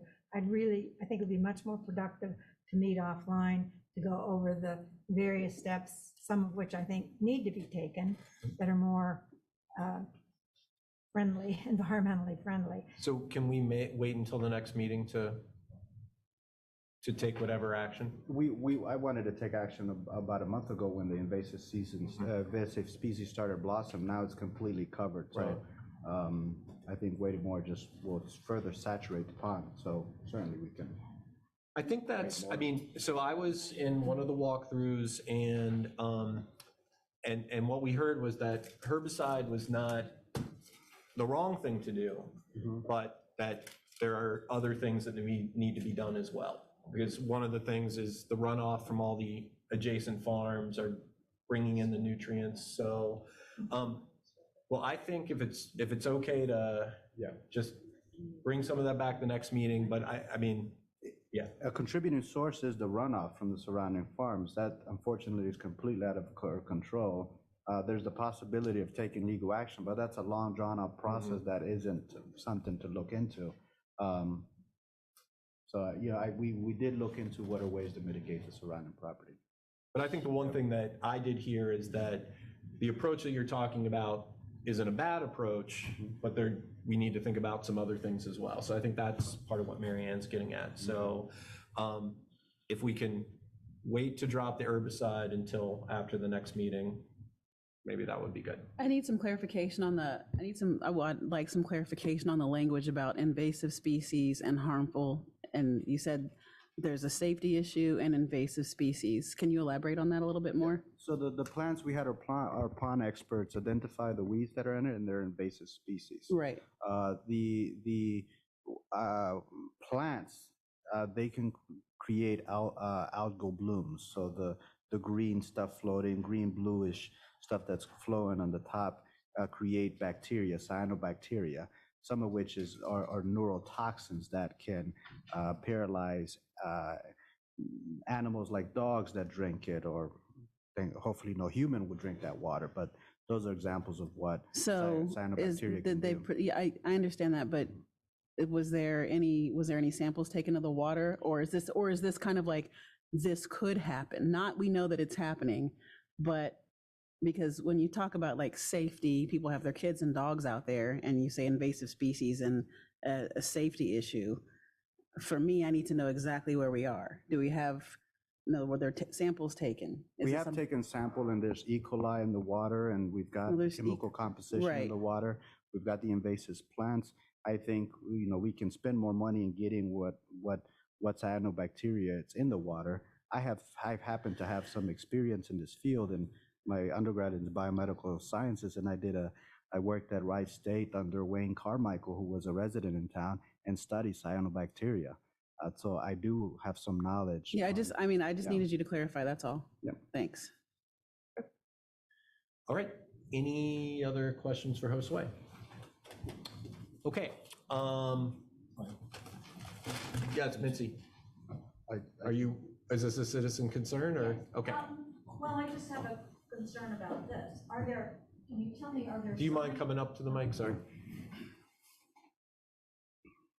Hi, my name's Mitzi Miller. I've been here 30 years. Are there signs posted, no pet should swim or anything like that? We have no wading in the water. So we have no swimming. We have signs that indicate do not go in the water. Yeah. Thanks, Mincy. Mark, did you want to say something? Citizen concerns now? Yes, we are shifting into citizen concerns. This is the time on the agenda where we'll take comments up to 3 minutes for things that are not on the agenda. This is Ellis Pond. Oh yeah, I've been there. Yeah, so I was out there today. I disagree with Josue. I think this stuff only covers about 75% of the water, not 100. Okay. I think there's a social justice issue here. This is the property the village owns where there's safe, accessible access for nature observation and fishing. The other places that the village owns, like Glass Farm, that's not accessible. You get out there, and I live right next to it. People with limited mobility can't get out there. The pond is a reasonable walk from any point of the village and from many areas of the township via the trails. people, particularly youth from families of limited means, have recreational opportunities there that they don't have anywhere else in the village. So that's the social justice side of things. A further recreational issue involves the adjacent Lloyd Kennedy Arboretum, which is a wonderful community resource, but the pond conditions discourage use of the Arboretum for walking or for bird watching and things like that. And saying we can't treat more aggressively because of harm to wildlife is, I believe, is a cynical deception. We're already killing wildlife. We've basically killed the fish. And the birds, the herons, the egrets, kingfishers, and others that rely on bodies of water like that for their livelihoods are not getting nourishment there. Raccoons, otters, turtles, and other species that get nourishment from the pond are not getting anything there. So I think that there's the wildlife issue is we're already doing it. It's not a later thing. Another subtle point, if you go out there, the pond is not fed by the creek that's adjacent, and the creek is taking the agricultural runoff from that valley above it. The pond is evidently spring-fed, and not to say this stuff doesn't get into the water table and come back up, but to say the farmers are to blame. That water is going right past the pond. It's going into the lower pond is privately owned. It's going into the creek. It's going into Little Miami. Excuse me a second. I've also my security is outperforming me. I think that it's important that the council supports professional staff and that you take input from all parts of the community. But I think that at some point you have to act, and you have to act responsibly. It's important to protect an existing resource. And if you let that resource waste away or become unusable, then you've doubled your expense, because you have to replace the resource and you have to dispose of a resource that's no longer functional by filling it in or doing whatever. So I'd be happy to be involved in any meetings and go and look at the property and make myself available. But I just think that the environmental justice and the recreational and the asset management elements are critical, and they need to be really fully explored. Thank you, Mark. And I'm sorry, could I get your last name? I'm Mark Carr. All right. Any other citizen concerns? Mitzi.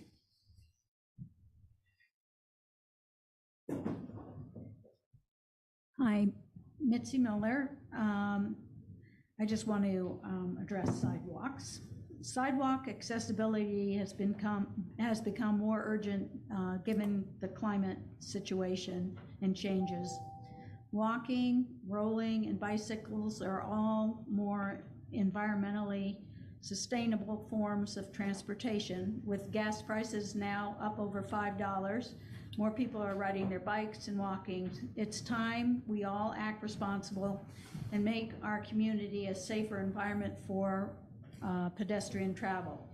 I want to thank those who've already taken action to make a difference and continue to provide safe travel routes for others in our village, and also thank our village government as well.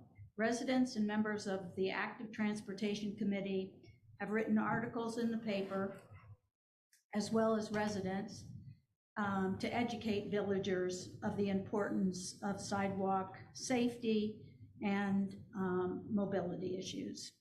It's time our council, though, and village takes more of an active role in educating our residents about the sidewalk ordinance and consequences of not following the ordinance in a timely manner.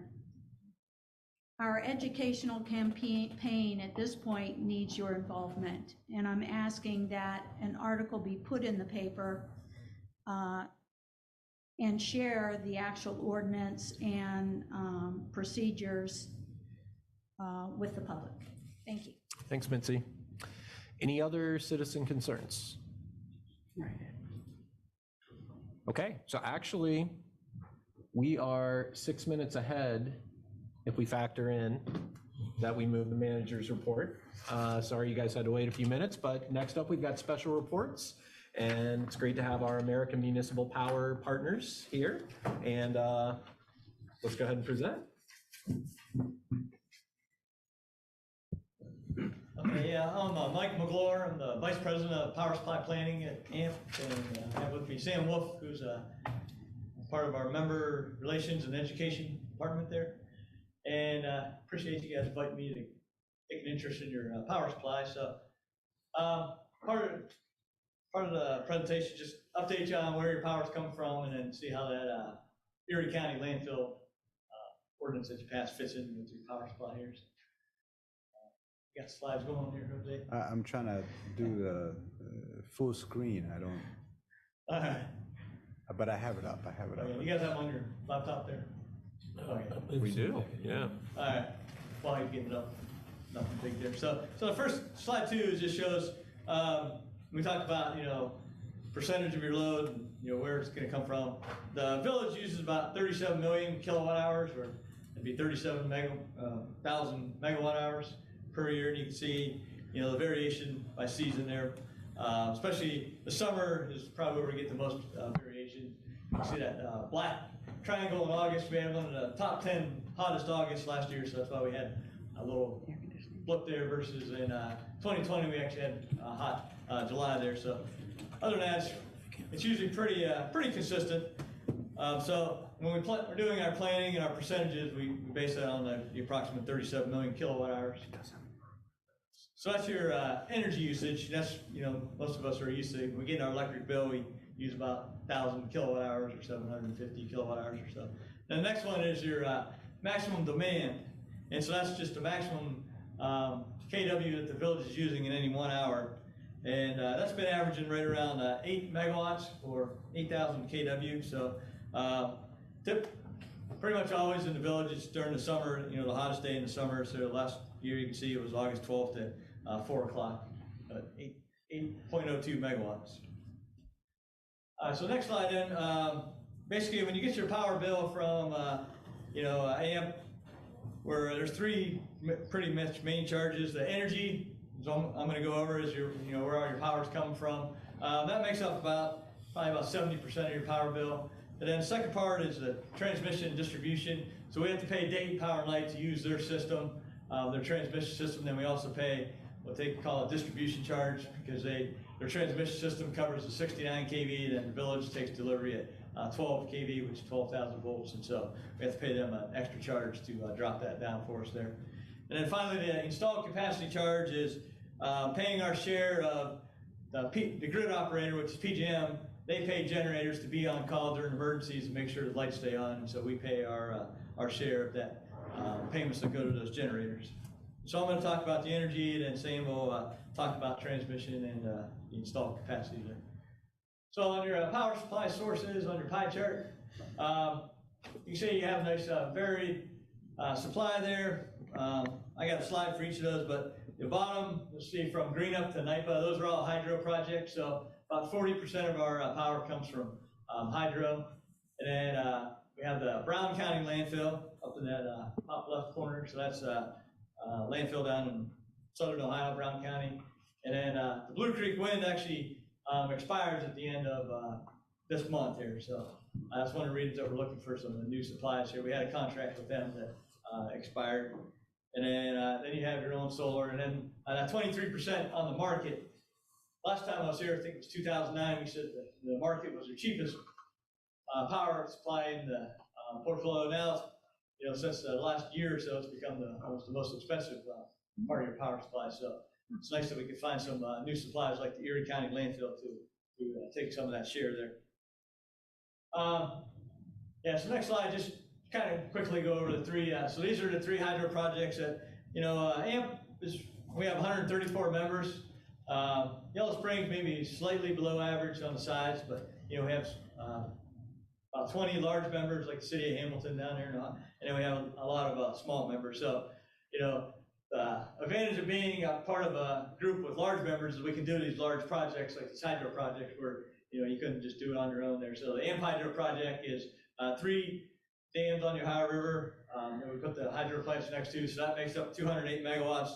Melville was also a new hydro project. All these went in 2016-17 timeframe there, so that went in as well. And Greenup was actually built in 1982. It was owned by Hamilton originally, and then they sold their share to us there. So all those are, you can see 105 and 70 megawatts. And Village owns about 1% of those. This just gives you an idea where they are in the river there. And then NYPA is a New York Power Authority, so that's been around since the 80s. Those are 2 projects in New York. One's right down from Niagara Falls. So the first hydro projects that I just talked about, those are what we call run of the river. So we're subject to river conditions, to how much they generate. So on average, they're pretty consistent. We get about 50% of the maximum output, over the year. Versus NYPA, it's more stored water, up at the Niagara and St. Lawrence River. So that's a little more consistent output. We can plan when we need it there. That's also our cheapest resource. Brown County landfill is, as I mentioned, down in Georgetown, Ohio, and that's a Rumpke landfill. So EDI, which we had another contract that expired from EDI for Northern Ohio landfills. This one's also owned by EDI. So this one's what we call a power purchase agreement. So we just buy the power as they generate it. We pay them for it. And so that's a 4 megawatt project. Yellow Springs gets 440 kW through 2032. And actually this year through July, we got an extra megawatt from Williamstown, had extra power that they didn't need. So we knew you were looking for some more green power, so we combined those 2. So that expires, and Erie County will take that place as well there. And then the Blue Creek, as we mentioned, that's up in Van Wert, Ohio. Their contract with us expired, and we didn't really have enough, other members that were interested in continuing that, so that expired. And we're talking to them, trying to see if we can get, some smaller pieces up for some members like you guys that would be interested. But at the present time, that'll end at the end of this year there. So if we look at your portfolio, then I know a couple times Josue mentioned about, AMP recommended about 10% of your power come from solar. And so this one, for Yellow Springs, I did a little different because a lot of our members are in the Fremont combined cycle natural gas plant. If you guys remember, you guys were actually in that at the start, and then you sold your share, I think, to Coldwater, Michigan. So that's sort of that's more of a schedule resource that you can schedule and turn it off and turn it on. So in this case, I changed the planning criteria a little bit for Yellow Springs. So what we have at the bottom, that yellow line represents 3.4 megawatts, what we call base load needs. So those are going to be your hydros, landfills, resources that run pretty much 24 hours a day. And so you can see where that line crosses. That's where your minimum load is. So once you get above 3.4, then you get more, just the daylight hours and such. So so the way we would set up your portfolio going forward is 3.4 megawatts, what we call base load, and then the other top, and that actually makes up about 80% of that 37,000 megawatt hours of energy. And that last extra almost 4 megawatts of power only really makes up 20% of your needs of the energy, and that can come from solar. So you can see in the winter, all the solar might not cover all that energy, but then in the summer you're going to have extra, so it's going to balance out over the year. So that's our recommendation, sort of setting up your portfolio moving forward there. So yeah, if you look at your baseload resources, you can see the AMP Hydro operates on average about 55% of its output, so that's 0.4. All those add up to 2.67 megawatts as we get once that Brown County goes back to the 0.44. And so the Erie County landfill, next slide there. So as we the ordinance, so they have a 2 megawatt generator or actually two, so 1.5 and a 0.5 megawatt generator at the Erie County landfill up there, Sandusky there. And we had 3 members that were buying that power through July 31st. 2 of them didn't have the need for it anymore. The loads dropped off. They've acquired other resources. So we had the opportunity to reallocate that power. Once again, looking for people smaller members that were looking for some green power. So Yellow Springs, and then Oberlin, and Huron, Ohio would be the 3 participants there. So next slide just talks about the contract. So it's basically a $60, we pay $60 to Erie County, and then the 0.95 is the AMP service fees on top of that, which goes on all your power, no matter where you're buying it from. So that's going to be a 17-month contract through 2023. So Erie County expects to operate for about another 15 years, but at the present time, because the market was moving so up and down when we first started talking, now it's up. So we just decided on a 17-month contract. But the bottom, it's really not in writing, but as your power supply planner, we said all the 3 members that are buying this power, if we do another contract, we'll give you the right of first refusal. So hopefully I'm still around to honor that there. Because I said it's not in writing, but that's our plan there. And so yeah, so that's just the extra 0.7 megawatts we give you, almost the 3.4 or 3.37. So you can see that adds up to about 29,521 megawatt hours, which makes up about 80% of your 37,000 megawatt hour load there. So that basically should take care of your base load needs, until we see some load growth or anything. And then on the top side, that your last 20%, you have your own current 1 megawatt of solar, and so that generates about 1,500 megawatt hours. So and that's one of the challenges with all these intermittent resources. You always say they generate about this much. You're subject to Mother Nature here. So and one thing about that, Sam will talk about a little more, but it's inside the village. So at the time of the peak, when we get charged for transmission and that installed capacity backup, if it's generating, it reduces our charges for those. So last year, not only did we get energy out of that, but you also got $30,000 of savings from being on at the time of the peaks there. And then the next one is AMP, then is looking at a new solar PPA. And this is where, once again, being in a group of larger members, we're talking to this Wallgren, which is owned by Avangrid, which is in the same location as the Blue Creek Wind. So they have a 150 megawatt project they proposed. Was going to start in 2024. Now between all the supply chain issues, interest rate, and the tariff disputes that's been going on with solar panels, they've sort of backed that off to 25 or 26. But I guess today we got good news from President Biden that he was going to sort of defer those tariffs for a while, so that will allow Wallgren hopefully to move forward with getting some panels as they plan. So that would be a fixed flat price for 15 years once that comes on there. And once again, that'll be a power purchase agreement, just like Erie County and Brown County, where we don't own the resource, we just pay the owner as they generate there. And so in that one, we recommended 1.8 megawatts. That would make up about 10% of your energy. And then finally, so if you take your existing solar, which provides about 4%, the 1.8 megawatts of the Wallgrens, and then that leaves about room for, if you said about 4%, for another 1 megawatt or so in town. And the way we have the Wallgrens ordinance and contract set up right now is you're not fully committing to buy that 1.8 if you passed it. Once we got the final project in place, in writing, signed between AMP and Wallgren, we would come to all the members, fully explain the deal. You could say, well, I'm going to build 2 megawatts in Yellow Springs instead of 1, so I only need 0.8 megawatts of PPA there. So it's not, you're not locked in right now to that 1.8. So so that 1.8, the 1 megawatt behind the meter, that would cover another 4%. That would leave, give or take approximately 2% either on the market, or if you got more residential solar in town, you'd have some room to add that as well. So you can read that math formula later.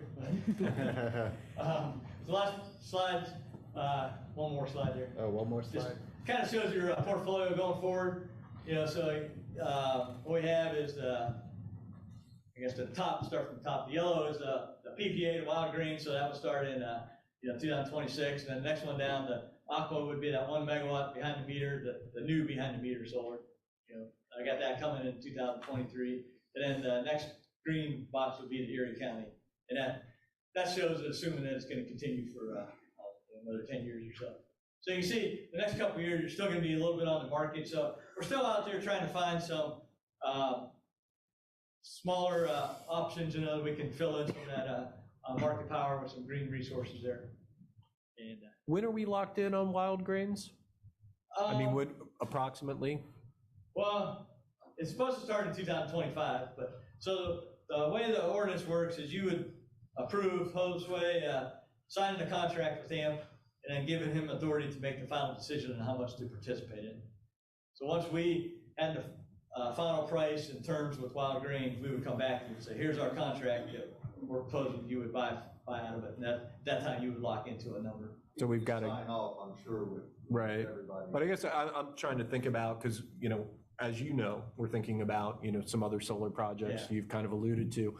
So we have like a year and a half, like what would you estimate? Maybe, I'd say probably approximately 6 months, maybe, Okay. give or take. Yeah, so we're asking for the ordinance back with July 1, because we're there to get those in place, and then that way we can act quickly when it comes to negotiating a deal, because of we're having trouble holding the prices. So Yep. if we were to go through several months of readings, the deal could go away in about 3 months. So that's why we're asking to get everything in place, and then when we come back with the final details, you can all agree as to what you want, and then you can sign quickly. Yep. Which we've gone through all the legislation. We've done the 2 readings on that contract. Now, when the team has finalized negotiation, I will bring that back to council, and we'll. I mean, it just feels to me like what we need to go through quickly is if we're going to do any of those other projects we talked about. Right. And, one of the things that the And Sam has formula numbers here. on that, we'll show you. Yeah, that's hard to see that formula, but, I want to stress that what Mike here and the team, what we've come up with is, we're looking at 98% energy being on a contract with Yeah. renewable energy. Resources get in place. Yeah. So, Exciting. yeah, so that's, I know council wants eventually to reach 100% renewable energy. This is a strategy to get us there. It includes the Wallgren's AMP solar project, but it also contemplates us adding an additional megawatt of power. This is potentially the Sun Farm project, if we can get that worked out through. But this strategy contemplates us building out additional solar. We come from anywhere, but this is just something we put out there as a. Yes. All right. So Sam will go over some quick slides, explain the second half of your building. Thanks, Mike. Thank you, Mike. Thank you. Good job. Hi, I appreciate you guys having us. Echo Mike's thoughts on Sam Wolf, Manager Relations with AMP. So I'm going to go over the other pieces of your wholesale electric bill from AMP, which are transmission and capacity. Go over that quickly. I think you guys have been through this before. And then at the end, I'm going to show you some estimates of economics of some of these proposed new renewable projects versus where the current market is. So I think you're going to be pleased with how that looks. Of course, there's no guarantee that that will happen moving forward, but where market prices are now, these renewable resources, which used to be a premium, actually look attractive. So go to the next slide. Yellow Springs is in the PJM transmission grid, which extends all the way from ComEd in Chicago all the way to the East Coast. You guys are located in the blue on the left, the Dayton Power and Light Transmission Zone, which is now owned by AES. So this PJM grid is one of the largest in the world and the largest in the US. You pay transmission rates to PJM and to DP&L for to move the power from the power plant to your meter. So you're basically paying for the use of their lines, and you can see those are the rates you pay, dollars per kilowatt a month. In the big scheme of things, in your total cost, it's a pretty small amount. Dayton Power and Light has some of the lowest transmission rates in the entire grid. So that's a good thing. AEP in a neighboring territory, their transmission rates are like 5 times higher. It's crazy. So very, very fortunate to be behind DP&L. For every $10 million they invest, then they have a formula rate that somewhat gets rubber stamped with a little bit of review, and then their shareholders get to earn 10%. So they're going to make some investments, but a lot of those are needed because for a long time they had a flat rate which was an incentive not to make upgrades because that would eat into their profitability. So you also pay distribution rates to them to drop down that voltage from 69,000 volts down to 12,000 volts. The way you get billed for transmission is whenever Dayton Power and Light has their peak 1 hour of load for the year, and that's everybody in the entire zone combined, whatever your meter in Yellow Springs is using during that hour determines what you pay for the next calendar year. Okay, so it's 1 hour, it's crazy. Just 1 hour determines what you pay for the entire next year. So, you know, you guys do a great job of getting the word out. Hey, it's going to be in AMPSIN's alerts. It's going to be a peak alert hour, and reduce your usage if you can. It'll help save you money for all of next year. So you can see in 2000, it's always in DP&L zone. It happens in the summer. We have some utilities where they actually have winter peak shift to look at, including AEP. You can see your value last summer in 2021 on August 12th was 8 megawatts, a little bit higher than the previous year, 7.2. We think that was down a little bit because of some of the COVID shutdowns. Capacity, Mike talked about our reliability payments to generators from the transmission grid to ensure reliability. So they get these payments in return. They're going to be there in the winter when it's very cold and they hit peak loads, and in the summer when it's very hot. If they don't perform, there are penalties. They have auctions every year to determine that capacity price, and it's based on supply and demand forecast, as well as how many people bid in to these auctions. It's a very complex process. How many generators bid in, and so those prices, it's kind of unpredictable. Those prices are up and down. Right now, that planning year, unlike the transmission, which is billed on a calendar year, their planning year on the grid is June through May. So right now we're going from a period second to the right bar of a high capacity price to a very low capacity price. So right now we don't know what's beyond that. There's another auction in June which will determine the price for the June 23 through May 24 year. So if you look at all of this combined, you can see that the blue there is your energy piece. So that's really what you need to be concerned with. You're fortunate, some people have very high transmission rates, and in some years there are very high capacity rates. But in your case, it amounts to, you can see the energy tends to average about $80 a megawatt hour, which is 8 cents a kilowatt hour. All the other stuff, the capacity, the transmission, and the distribution charges, which is in black there, make up another $10. So, you know, very high percentages in energy. And right now, we don't know what that's going to be going forward, but we're estimating. And the way the energy markets are right now, because there's a current shortfall in mainly natural gas, because of the rebound in energy use and natural gas drilling not being able to catch up. A lot of that went dormant during COVID, and so you don't flip a switch and start drilling again. And as they started ramping back up, they're running into supply chain issues, worker issues, and that sort of thing.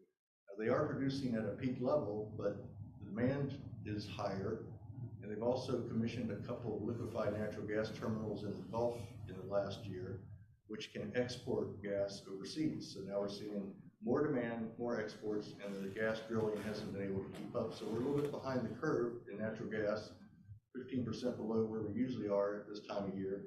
So it's a supply-demand issue. You know, we don't have as much available as we normally do this time of year.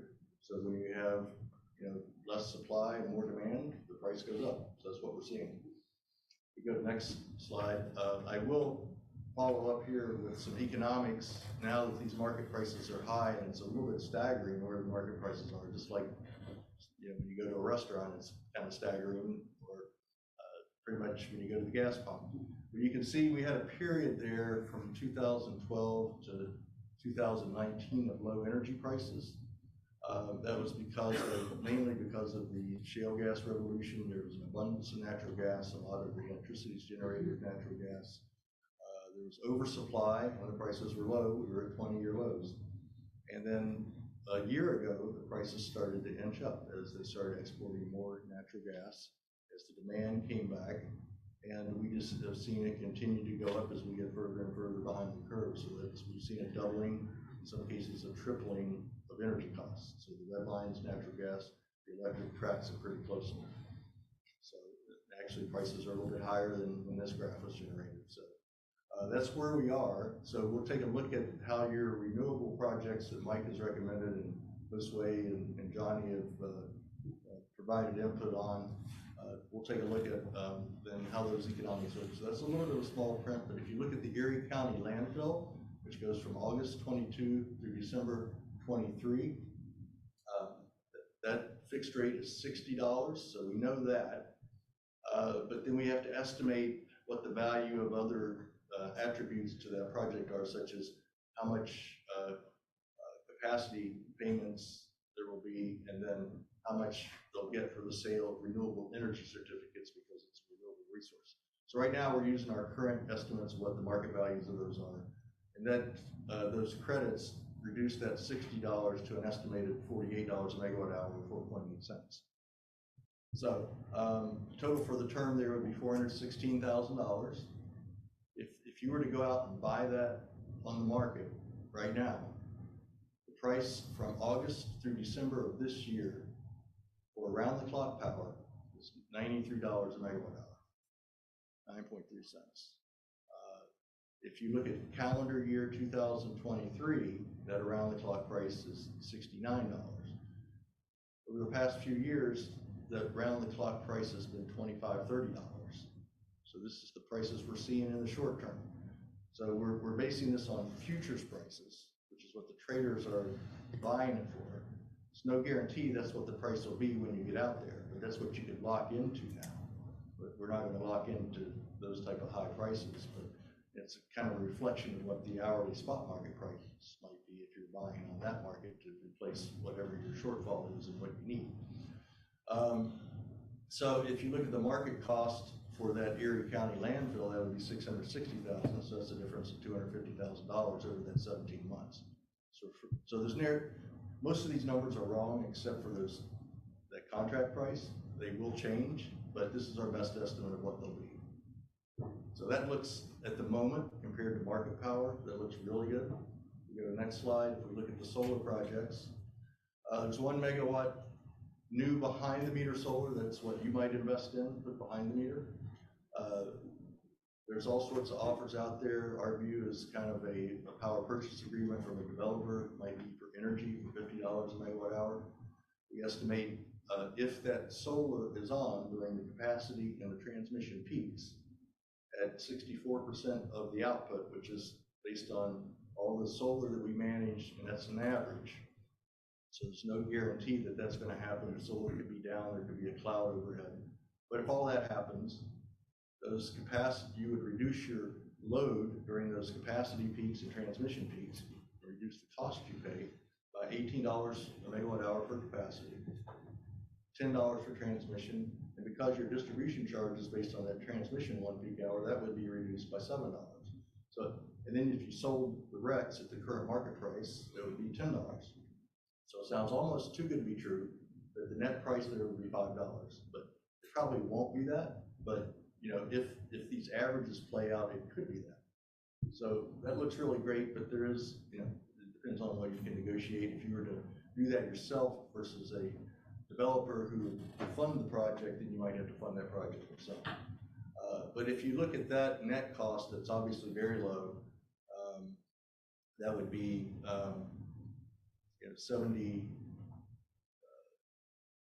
a year. If you look at the market cost, and what we did here with the Erie County landfill, we had a specific 17-month period. We had the forward prices for that. These solar projects probably won't go in, and when you get out past 2023, the future prices for electricity drop a little bit to a more normal level. It's at about $40 for around the clock, $50 for on peak. Whereas the $40 around the clock used to be 25 or 30. So it's a more normal level is what the view is out there, and we don't know what it's going to be when we get there, but if you were to lock into a contract now, that's about what you would pay.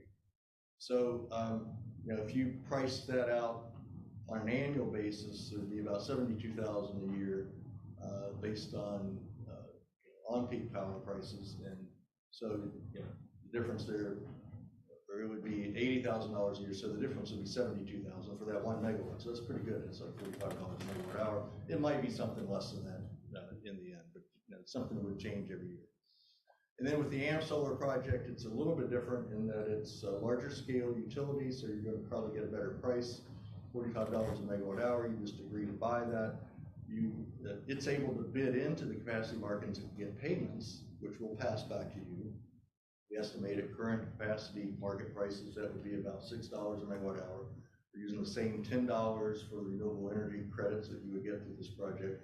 You don't get any transmission or distribution reduction because it's not behind your meter, it's up in Van Wert.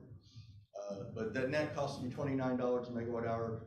That is a little more efficient. It generates a little more than behind the meter solar would, so you get a little more megawatt hours out of that, 26% of the nameplate versus 18 for behind the meter on average. That can change every year. So that would be $118,000. Your market cost there would be $205,000. Your reduction would be $86,000 a year, about $21 a megawatt hour. So based on the current outlook for energy prices, these projects that once might have commanded a premium now look attractive. But for example, if you back up to the Erie County, the net price there, back up the slide to that's $48. So if the market price, if you sign a long-term deal there and the market price drops to $45, then it's not as attractive, but at least you're hedging your power cost at something that you can live with, and it's also a renewable resource. All right. Thank you, Sam.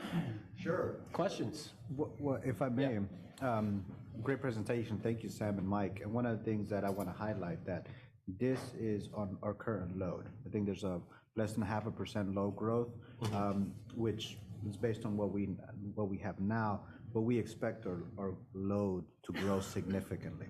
We're expecting Cresco to more than triple its usage. We'll have the DDC subdivision, which is the Kinney farm, and those developments will add to the load. They haven't been factored into this strategy yet. This leaves you more room and more flexibility to kind of design your portfolio. Right. So we want to make sure council has a presentation that reflects the most current conditions, and this reflects the most current conditions. We could come back next year and these numbers could all be different. Yeah. This is how it looks right now. Yeah. And so the team, we've been working on estimating the load growth. Johnny's been working with Michelle Palmer and others at AMP, and we'll have updated figures once we've got the engineering work done, completed in the fall. So. Okay. Yeah. Well, I just want to say thank you. I looked at this before and it made no sense to me. And then after hearing you talk about it, I feel like I have some context. So thank you. Great. Thank you. Mission accomplished. Yes. Anything else? All right. Sam, Mike, thank you guys so much. And yeah, we appreciate it. All right. Okay. Johnny Burns, let's talk about public works. It's actually kind of interesting. Yeah, I know. And partly, Gavin, we wanted to make sure that you could be a part of this because this is a piece of our retreat that we did, we moved to the meeting. So, yes. So Johnny, thanks for your patience. No problem. All right, so where do we start? Let's start with the streets. I'll tell you what we're doing, what we need, and how we go forward for each one of them. And I'll try to keep it as brief as possible, but probably not. Streets, Josue had talked about the water meters for OPWC. It's kind of hard to do that with water meters. We've done it since back when Patty was here. They don't score well. What scores well is blacktop. And some other things like water lines, but they have to be major water lines. The OPWC is more geared for the bigger cities. The villages, because we're small, they say, well, you got small government things, but we don't qualify for that either. The OPWC grant that we did get the last time We had to work behind the scenes. We actually fell 11th for the storm project, and I convinced Fairborn to give up their spot, which put us at 10 and dropped them to 11, because theirs was 3-year projects out, or just what I call an RDM right damn now. So they was very kind. They gave up theirs because they hadn't even started engineering on it.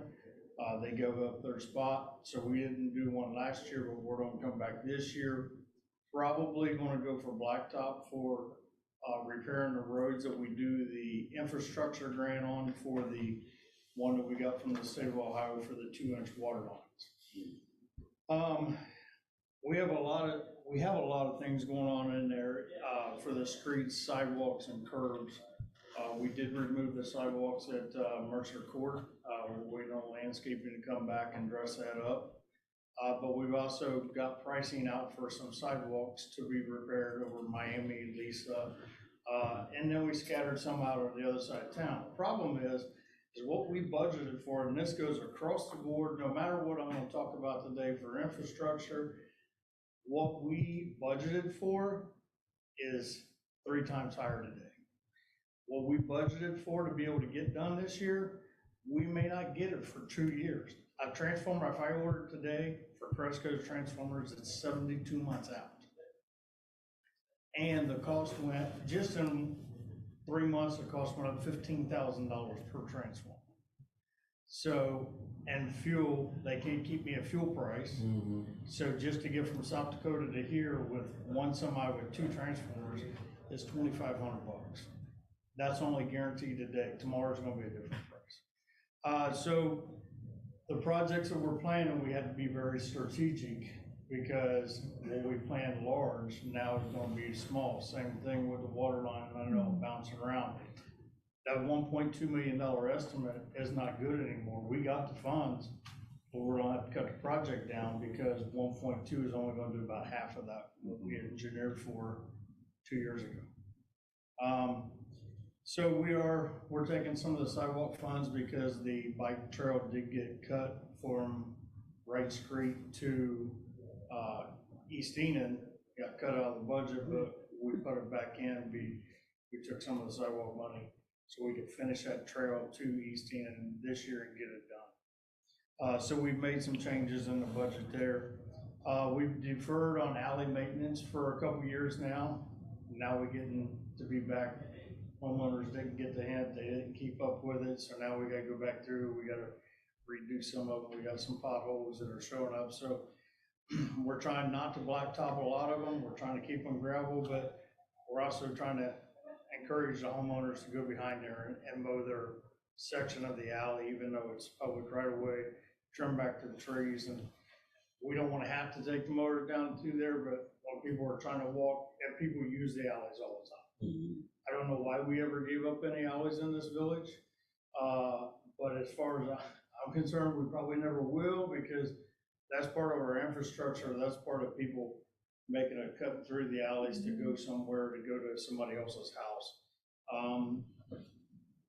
Sewers, we have in our camera work. That's another thing we had to do. We had to cut down on the sewer lining. We're going to do the camera work, but by the time the camera work gets done, we won't be able to turn around fast enough to be able to get the lining in 22, so we're going to come back in 23 to be able to line in 23, which means that my cost is going to be a little bit more expensive, but we're going to see what the lining does or what the camera shows us.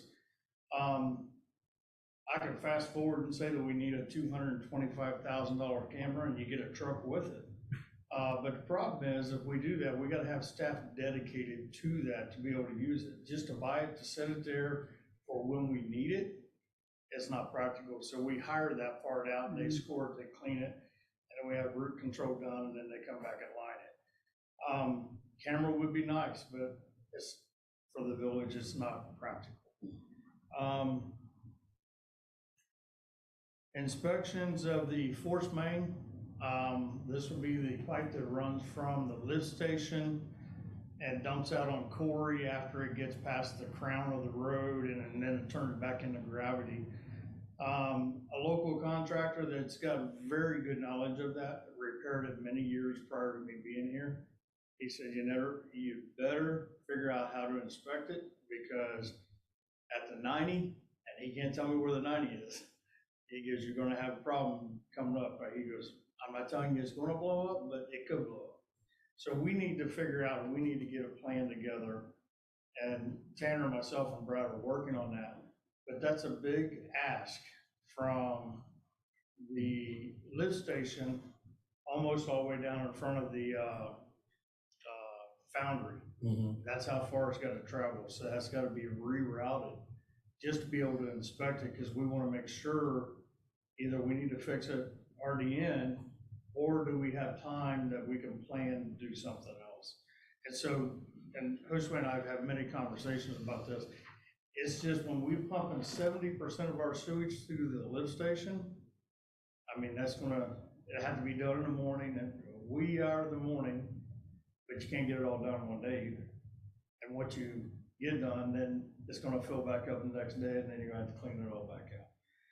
So that's one thing that we're trying to work through. That's one thing that's gonna have to be budgeted, because we're gonna have to set up pumps and hoses and get it down the bike path to be able to get it into there. Another big thing that we got going on with sewers is the sump pumps, illegal tie-ins. We need to figure out how to get it out. I don't know if we all get together, we do a letter, talk to Marianne, see if the meter readers can inspect when they're in the houses to see if that's tied in, not tied in. I've been to Marianne, she invited me in. She's good to go, but some of these houses that have water meters in the basement could have a sump pump right there, but are we legally allowed to look to see if it's illegally tied in? It's a simple fix, and we just want you to dump it on the ground and let it go out to the street or the sewer, out to your neighbors, but keep it on your property, put it in your flower bed. We just need to get it out of our system. The overflow, or the problem that we had at the sewer plant, everybody's like, oh my gosh, there's 750 gallons. We contain 650 gallons of it. 100 gallons of it ran down to the edge of the roadway, and then it got splashed onto the guardrails. Luckily, I can't smell. I don't have COVID. So, but poor biker that went through there at 25 miles per hour, he probably did smell it. But we got it all back, got it good to go. Fire department did an excellent job. Brad come in. We got it all cleaned up, made safe, did things so it doesn't happen again. But these are things that we need to keep doing, getting the sump pumps out of there, making sure that there's no tie-ins from the roof drains into the sewer. We need stormwater. We need stormwater money bad. Because right now we're taking out of streets and we're taking out of sewers, which takes away from both of those funds as well. So another thing we need to be able to do is be able to have the time to go through, and everybody talks about swells, and they're great. But what happens is they become mulch beds. They become, I'm gonna store my mulch. If you can go down, I think it's High Street, you look to the right, they got 3 dump truck loads of mulch right in the swells. Well, that don't go nowhere. And then down Wright Street,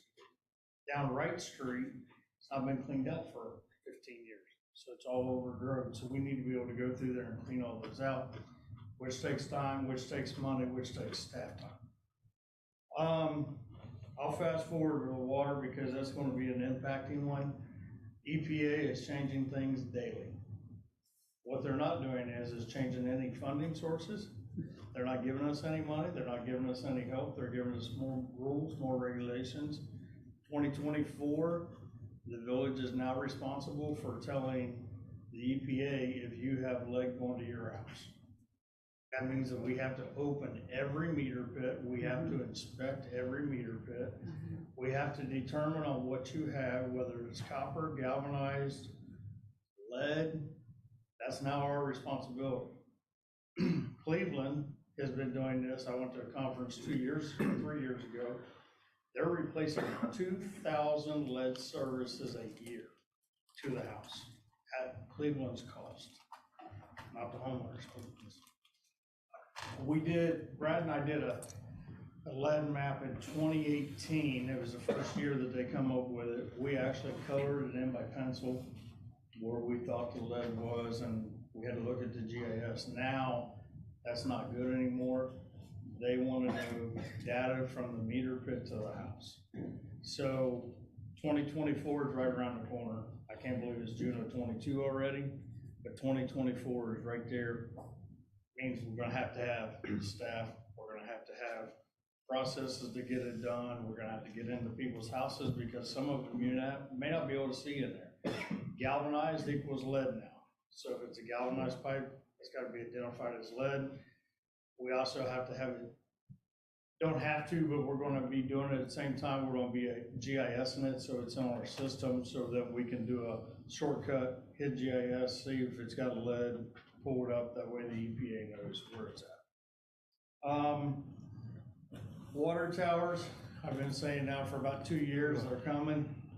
We're 2 years further, and we've still not done anything with it. We can't pull the trigger on it. It's You're talking about the painting? painting inside and out, you know, you're, Right. Which, by the way, is not just for decorative effects. it's not, it's not, it's a It's for- epoxy coating. Yeah, And it's good for about 20 years. yeah. The estimate that we got last time was $400,000? No. $260,000 a tower. I'm gonna say now is probably $450,000 a tower. Johnny, when was the last time they were painted inside and out? I think it was like 1982, 83. It's been a while. And we had them tested, and we had about 4 to 5 years, and we're 2.5 years into that 4 or 5 years. So I'm just putting this all back in the back of your minds. It's on our big list that we put out last year. Wasn't funded, needs funded. And we've had meetings with contractors about this. Either a service agreement that it's multi-year so it can get paid over multiple years, or one-time hit. I think it's a matter of making the right decision. Going through with the water loss was a big thing. We are actually, in August, we got the water leak people coming back. Staff has done a tremendous job of fixing it in-house. We still have 2 active, but we're trying to weigh out the loss versus digging up stuff now because the new $1.2 million grant will take care of those last 2. And so we've been monitoring them. But I can't say nothing bad about staff, man. They jumped in and they have eliminated everything that they could possibly eliminate and taken hydrants out of service, fixing the hydrants. We had somebody come in and they showed them how to tear the hydrants completely down. Now they're doing all the hydrant maintenance. They're asking me for more funding for hydrants. They're tearing all the parts and pieces down out of the hydrants that they can salvage. Just the little caps is $130. So they're taking them all off and making sure that they reuse parts that they can reuse. But we got to be able to get to it. And with the more we do, the more staff is needed, the more things that's got to get done, the more priorities that we got to get put back into place. John, let me ask you a question. Sorry for interrupting. Great information. So with respect to some of the projects that you're looking at that you feel like you're being forced to cut back on, I mean, are we at least endeavoring to get to a good milestone, a good stopping point, or do we just stop when we run out of money? Right now, we're gonna stop when we run out of money. I'm being honest with you. Right. We have more projects than we have money. And the problem is we're doing the projects that we're mandated to do. One that we just did, we cleaned well 3. If you remember last year, we cleaned well 2, and we found out that we had holes in the well. Cleaned well 3, and they was put in the 1980s. Same thing, so we just signed the contract saying that we have to put another screen in it, which buys us 5 to 10 years. But we don't want to wait 5 to 10 years to say, oh, because when it collapses, it collapses. Right. So what we need to do next year is put it in the budget to get it engineered to be able, because the process is you got to have it engineered.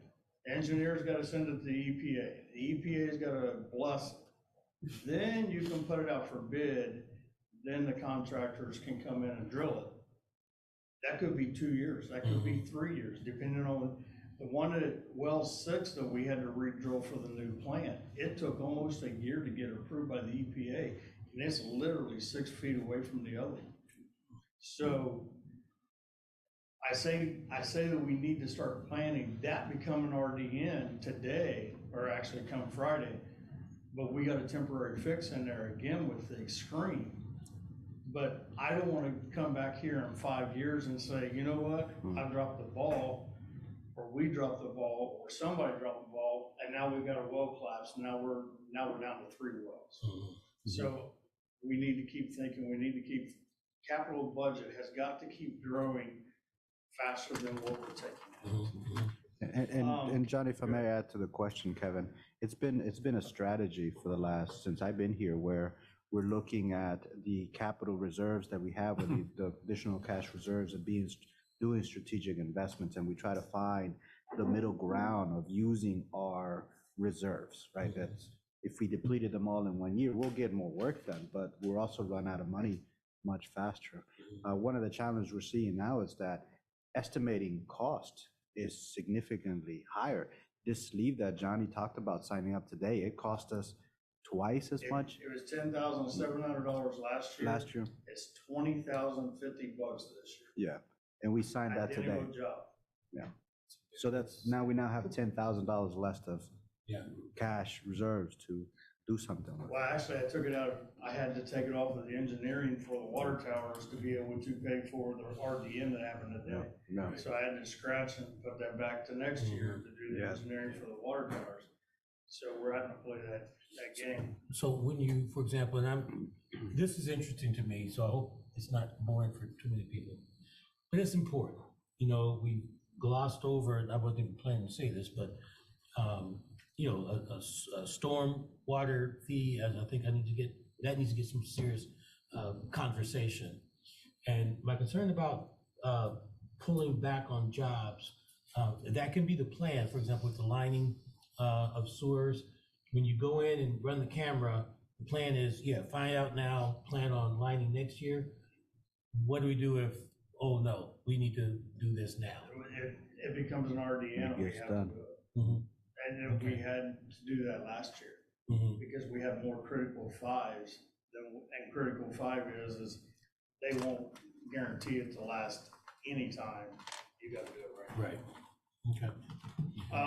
Let me go to the cost of, another one is, and you brought up the storm, we have to also look at our tap fees. We just had a conversation, Josue's in the car with me today, when Ben, the superintendent for electric and water, he's like, we need to do something. I just priced the meter bid out. The cost of the material alone is $1,000.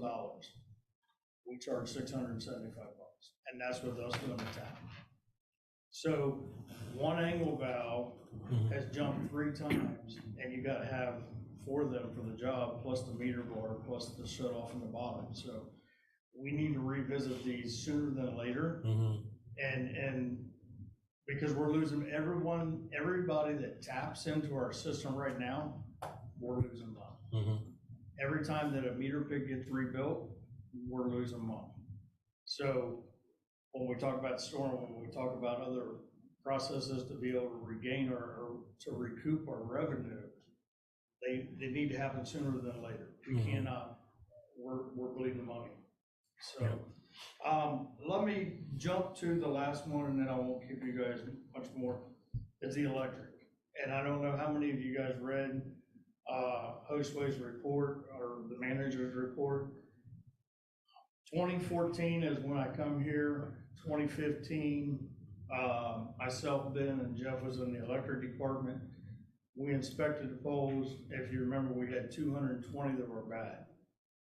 With changing them in-house and with changing them with contractors, Ben and his crew, now that I'm out of the field, they changed 70 to 75% of them poles, and the contractors changed the other one, but we changed 220 poles in about 6 years. And that's what COVID. Now, We've already went through 2 sections, and we already got another 25 to 40 that are bad. And this goes to the Environmental Commission. If they would allow us to treat it with the same chemical that's in there, We do. I think there was a misunderstanding. you do want me to treat the poles? Yeah, yeah. See, okay. I think there was a We'll talk afterwards, misunderstanding. because Yeah. it was like 250,000. I was like, ooh, wait a minute. But I would prefer to treat them now versus just I know, replacing everything. yeah. Okay, so we'll communicate after this.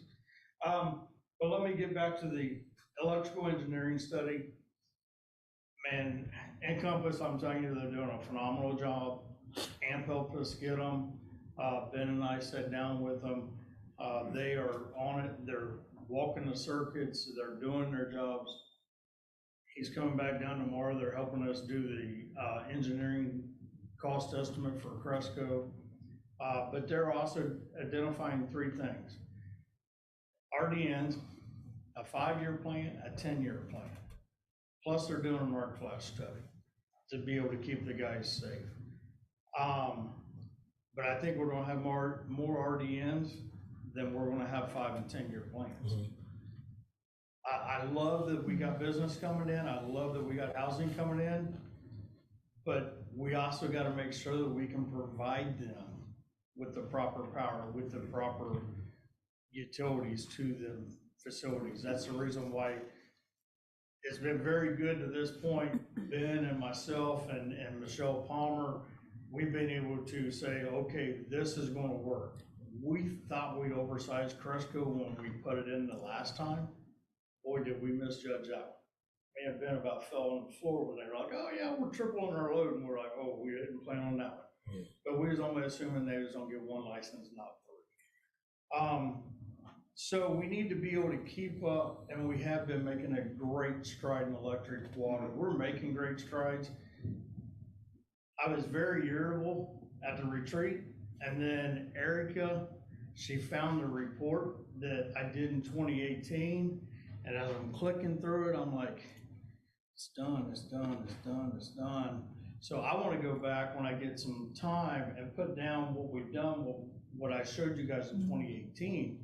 And what the staff has been able to accomplish, even though money's been taken, time's been taken, man, the work that Public Works staff has done, council has done, the managers have done, I don't think this village really knows what they had. What they have now versus what they had then. We're not bird watching no more. We're hitting the ground running.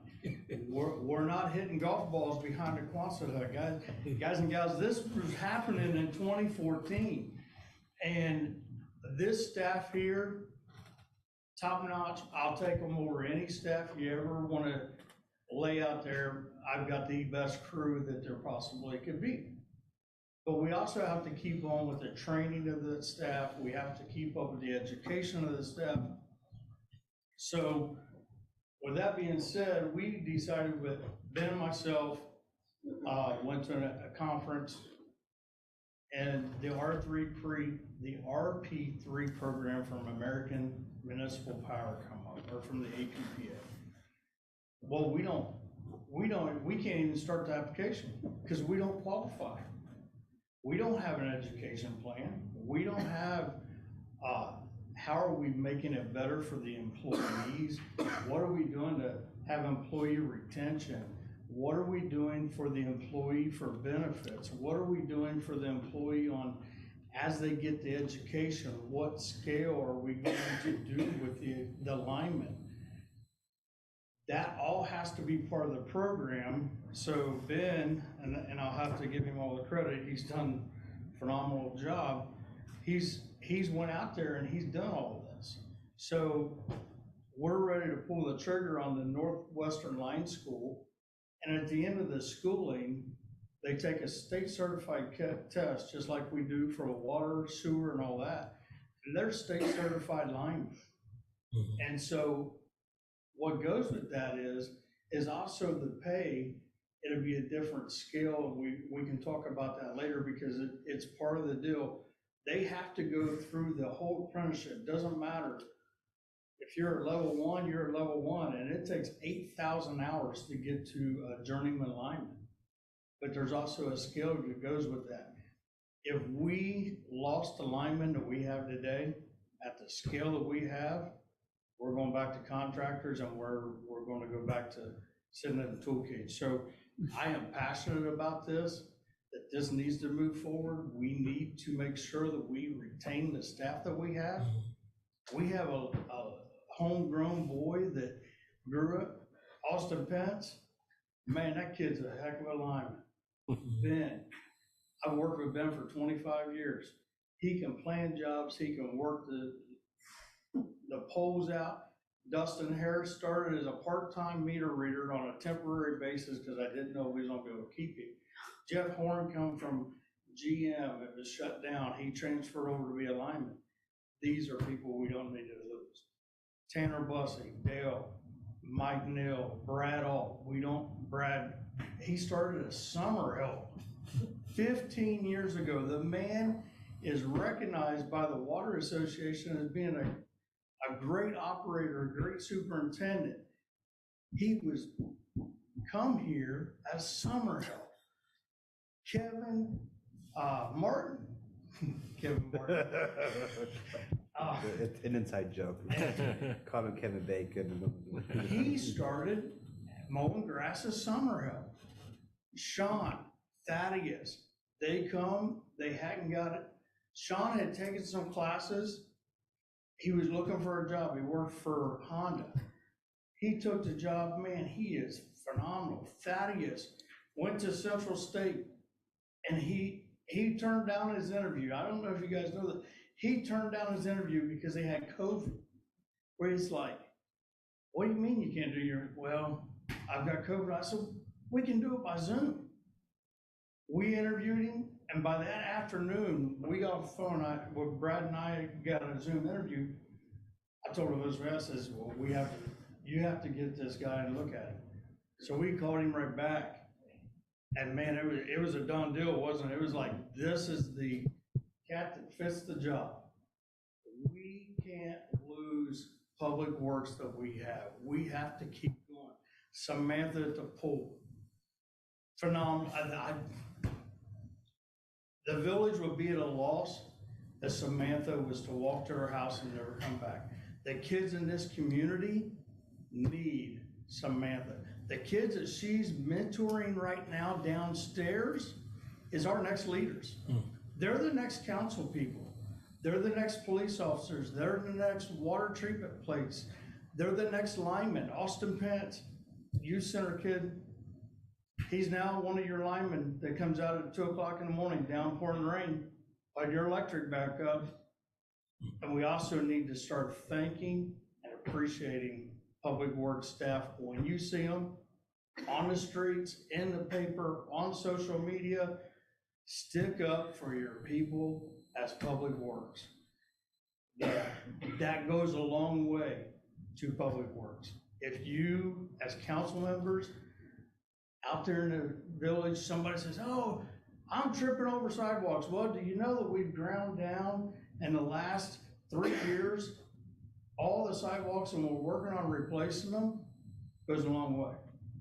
Do you know that the staff mows 76 acres? So if that grass is a little tall, it's probably because it rained 5.5 inches last month. You know? And by the way, we've got a position open to be posted tomorrow for a street worker because we lost one to the city of Xenia. And now we got a new opening. So we're looking for another local person to come in and help us out. So I won't take no more of your time.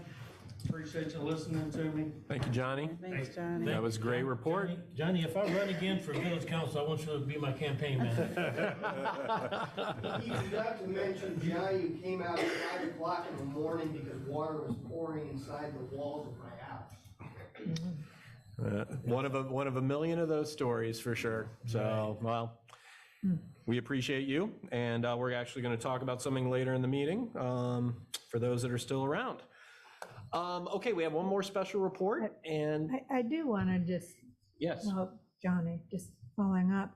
So one of the things that came out of our retreat was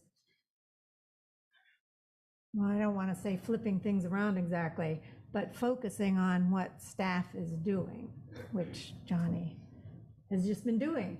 And I think the more we can think of ways to presence that at every council meeting, but not just every council meeting, on our Facebook page, on our website, in the paper, whether it's the different projects and how they're going along, or like you said, the things that have happened over the last 6 years or however much, and the people that are doing it.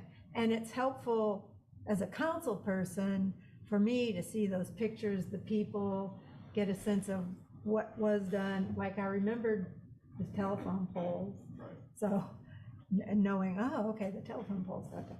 And that so many things, from street to electricity to water to stormwater. I don't know how you keep track of all that. But the more I think council can get that information in ways that we can, whether it's pictures or graphs or whatever, the better, without putting more work on it. You guys.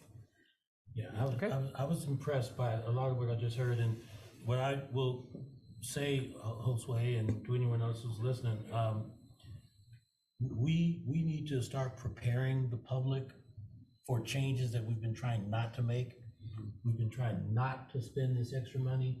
We've, excuse me, tried we're pulling back, we're doing less work because the costs are going up. Well, the fact that costs are rising is not a surprise to anybody. So we need not, in my opinion, to be the last people that finally make the adjustments, because we're already falling behind. So whatever needs to be done, I think we need to, at the very least, begin, informational campaigns, such that if and when we do a stormwater charge, it's not a surprise. Folks are understanding it, understanding the rationale for it, and to see that the village would be better off if we had it. Because I'm hearing like a couple of dollars per account. Yeah, we're talking about $2-3 an account, Well, let me suggest, we are going to be here probably till 10:30, all right? So these are future agenda items, so maybe we should not go down the path right now. All right. Carmen, Gavin, did you want to say anything? Okay. All right, so we have one more special report, which is the Climate Action and Sustainability Plan update. Yeah, thank you. So what you have in your packet is a draft proposal that what we're calling the working group has been putting together for the last almost half year, ever since Piper submitted the internal document, which was a report on what the village has been doing in terms of climate action planning, what other communities are doing, what we might do, and how we might do it. That was the body of work that she put together. And so the working group, which includes myself from council, Rebecca Potter from the Environmental Commission, Megan Bachman is here from Agraria, and Michelle and Burns and Bethany Gray from Tecumseh Land Trust, and Zach Bullheimer from the Glen, and Marilyn Moyer from Township. We've been working on taking the work that Piper did and then looking at how we could move that forward in a way that's actually going to be effective. And what we are proposing is to move that work to Agraria, in which there would be a steering committee that would be made up of all the entities I just mentioned, and in the future, perhaps more entities, which would hire a coordinator. And I've listed the kind of things that we've talked about as potential work for this year and next year, sort of short-term and long-term actions. And that Agraria would provide the space and oversight for one person who would be governed by the steering committee. And this would be a community-based, collaborative, and cooperative process that would involve the village government and those three environmental organizations. Ideally, the schools already are involved through one of the projects that's mentioned here, hopefully Antioch College. So the purpose today is just any kind of questions that you want to have answered for a presentation, which I'd like to make a more formal presentation for our next council meeting. Questions, ideas, concerns, and Megan is here also to, we could answer questions. Well, I'll say for me, and I've mentioned this before, I really want part of this work to be about efficiencies, how we can see cost savings, how we can, so what we can do on the village end. I mean, I think we have a lot of opportunities there.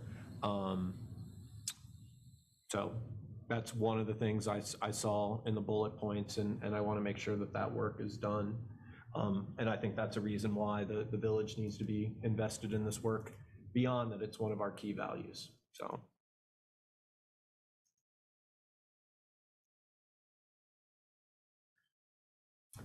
Megan, do you want to say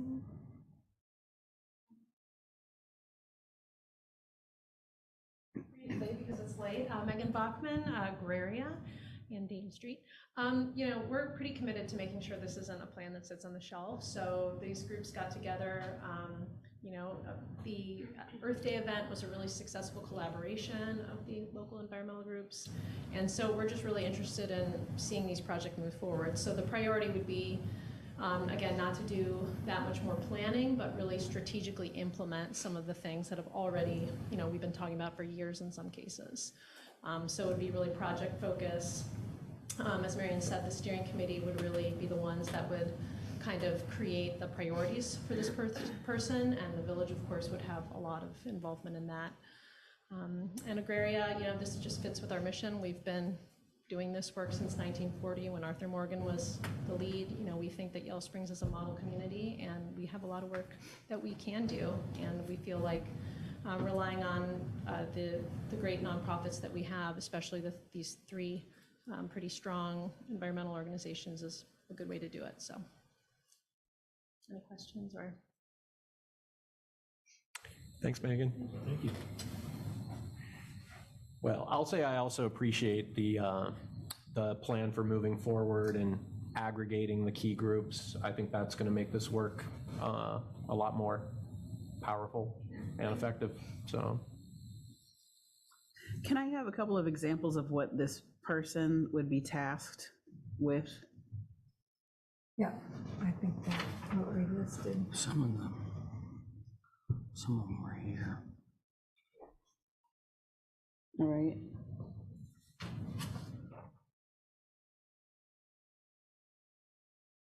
Papers in. I'm good. So, Yeah, go ahead. No, go ahead.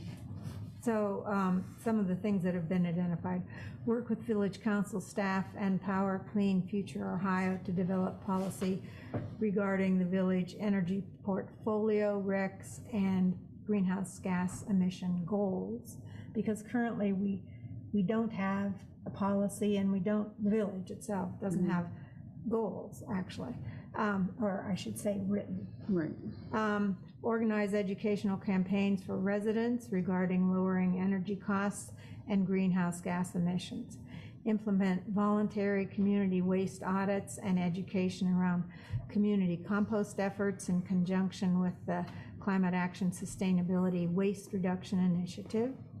Organize educational opportunities targeting village staff, village council, and business owners on climate-smart strategies for local government and businesses. Work with the Yellow Springs National Wildlife Federation Habitat Initiative to integrate their goals with President Biden's 30 by 30 initiative, which is 30% of the land being conserved by 2030, including the creation of local native habitat map. Okay. You want me to go on? No, I'll check it out later, but I just need a couple of examples. Oh, thanks. okay. great. Any other questions? All right. Thanks, Marianne. Megan, thanks for hanging out. All right, so time check. We're actually only 18 minutes past our agenda time. So I'm going to ask can we move loss in place to the next meeting, or? Yes, we can, and if we could get more time, because we also Yes. plan to bring back the renting guidelines and the rate proposals for Okay. those in place. We're ready to rent those out. Camera proposal. Do we need to do that today? That's mostly a yes or no. Yeah, that's a yes or no. Okay, all right, let's go ahead and, all right, so then we'll keep that on the agenda. The items that I have my name next to, I'll be able to do in a minute each. So, okay, Marianne, we're into old business and talking about the Environmental Commission's funding request. So when we made the presentation for the Environmental Commission, we had requested essentially $7,500. And we hadn't put in the items for which we planned on spending them, so that is in your, well, it's on the council table. Native Habitat Initiative, there are things under that, including a website that we are maintaining. And that money, I believe, has already been appropriated and I think paid. Money to create a native area in Bill Duncan Park of native plants around where the sign is for the habitat community, and outreach materials. And then there is this thing called educational series with different topics for potential. And when we made this, some of this was potential. In other words, some of the educational topics, for example, some of the stuff we knew we were going to do, like the website. We actually have spent some of the money for Earth Day. I think we spent about $400 for the Earth Day event, which wasn't included in this, but I would say that it satisfies some of the educational thing. And the last thing was money requested for a coordinator for the neighborhood gardens for $3,000. And that we have worked out a way to have that person, and she's been doing really great work, Florentina Hernandez. So that's the request, which we had assumed had been approved, but apparently had not been approved. Right, and yes, and so in reviewing our processes, one of the things that we finally communicated and connected on is that we will formally pass these at council meetings. That was not clear that was part of a process. Different finance directors have had different approaches, but I think it's a good one. Does anyone have any questions for Marianne? Gavin? So just to be clear, this is essentially already budgeted within the commission budgets? In a sense, like we talked about it, we've had a more informal approval process in the past with commissions. So I would say, while it's not reflected in the encumbrance report, if we approve it, just like with YS Pride, it will be in the reports on what we've allocated moving forward. And so within line with what we expect to stay within budget, including this, it's not like this is like, we're gonna. Yeah, we have, if we factor in YS Pride, we have about 15,000 that's not been allocated. But 3,000 of this 7,500 has been. I believe that we agreed that council commissions would have, what was it, 20 or 30,000 total, but it wasn't divided up between. All right, I thought it was, but it wasn't. So this is what we're requesting out of that total amount. Okay. Any other questions? Okay, so do you want to make a motion, Marianne? Okay, I move that council approve the $7,478.68, or we can round it off to $7,500 for environmental commission activities in 2022. Okay. Is there a second? A second. Okay. All those in favor signify by saying aye. Aye. Any opposed? Okay. All right, Johnny, let's talk about cameras at the pool.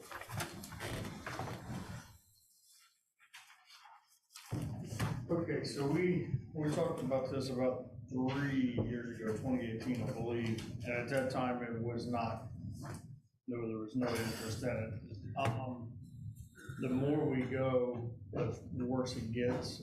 We've had some severe break-ins, we've had some damage done to the pool. Now, we've not had none in the last week or so, except for the playground on the other side of it that had wine bottles broke all over the playground set. So staff this morning was picking up wine bottles, beer bottles and all that from over the weekend. Somebody destroyed the playground. So this is a camera that would be in a remote location. It would not be monitored. It would only be to be able to go back and look at incidents. Don't want to ever think of this, but if the lifeguards were not doing their job, then we have video that we could go back and figure out what happened. Somebody breaks in, does something that they shouldn't have, we have video we can go back in on. This is not a surveillance, this is only for security reasons for the pool. And incidents. And incidents, yes. And So- this is an updated quote from the one we originally got. What makes it a little bit cheaper this time is we have fiber up there where we can have it come straight back to the Bryant Center. In terms of our surveillance policy, do we need to do anything in particular related to that? I don't think so, because it's village-owned property, it's monitoring village equipment, is not specifically in the public right-of-way over roads or public spaces. We're particularly looking at the playground equipment and the interior of the pool. Right, So- it won't be no locker rooms or nothing. Right, There'll and be it's- one camera outside. Yeah, and the cameras will be pointed towards the facilities, not out in the public space. So for anything inside the pool, it's an admission process. You're paying to get into the pool, so you're paying for a service. So I think the spirit of the surveillance is for public spaces. So that will be my take. I think we can have a legal review on it, but this is primarily to provide surveillance security for village-owned property that's providing a service. So, I mean, my support, which I support, is subject to, since we've been looking at that surveillance policy closer. And by the way, I also remember it has an annual reporting requirement that we probably need to make sure we're doing as well.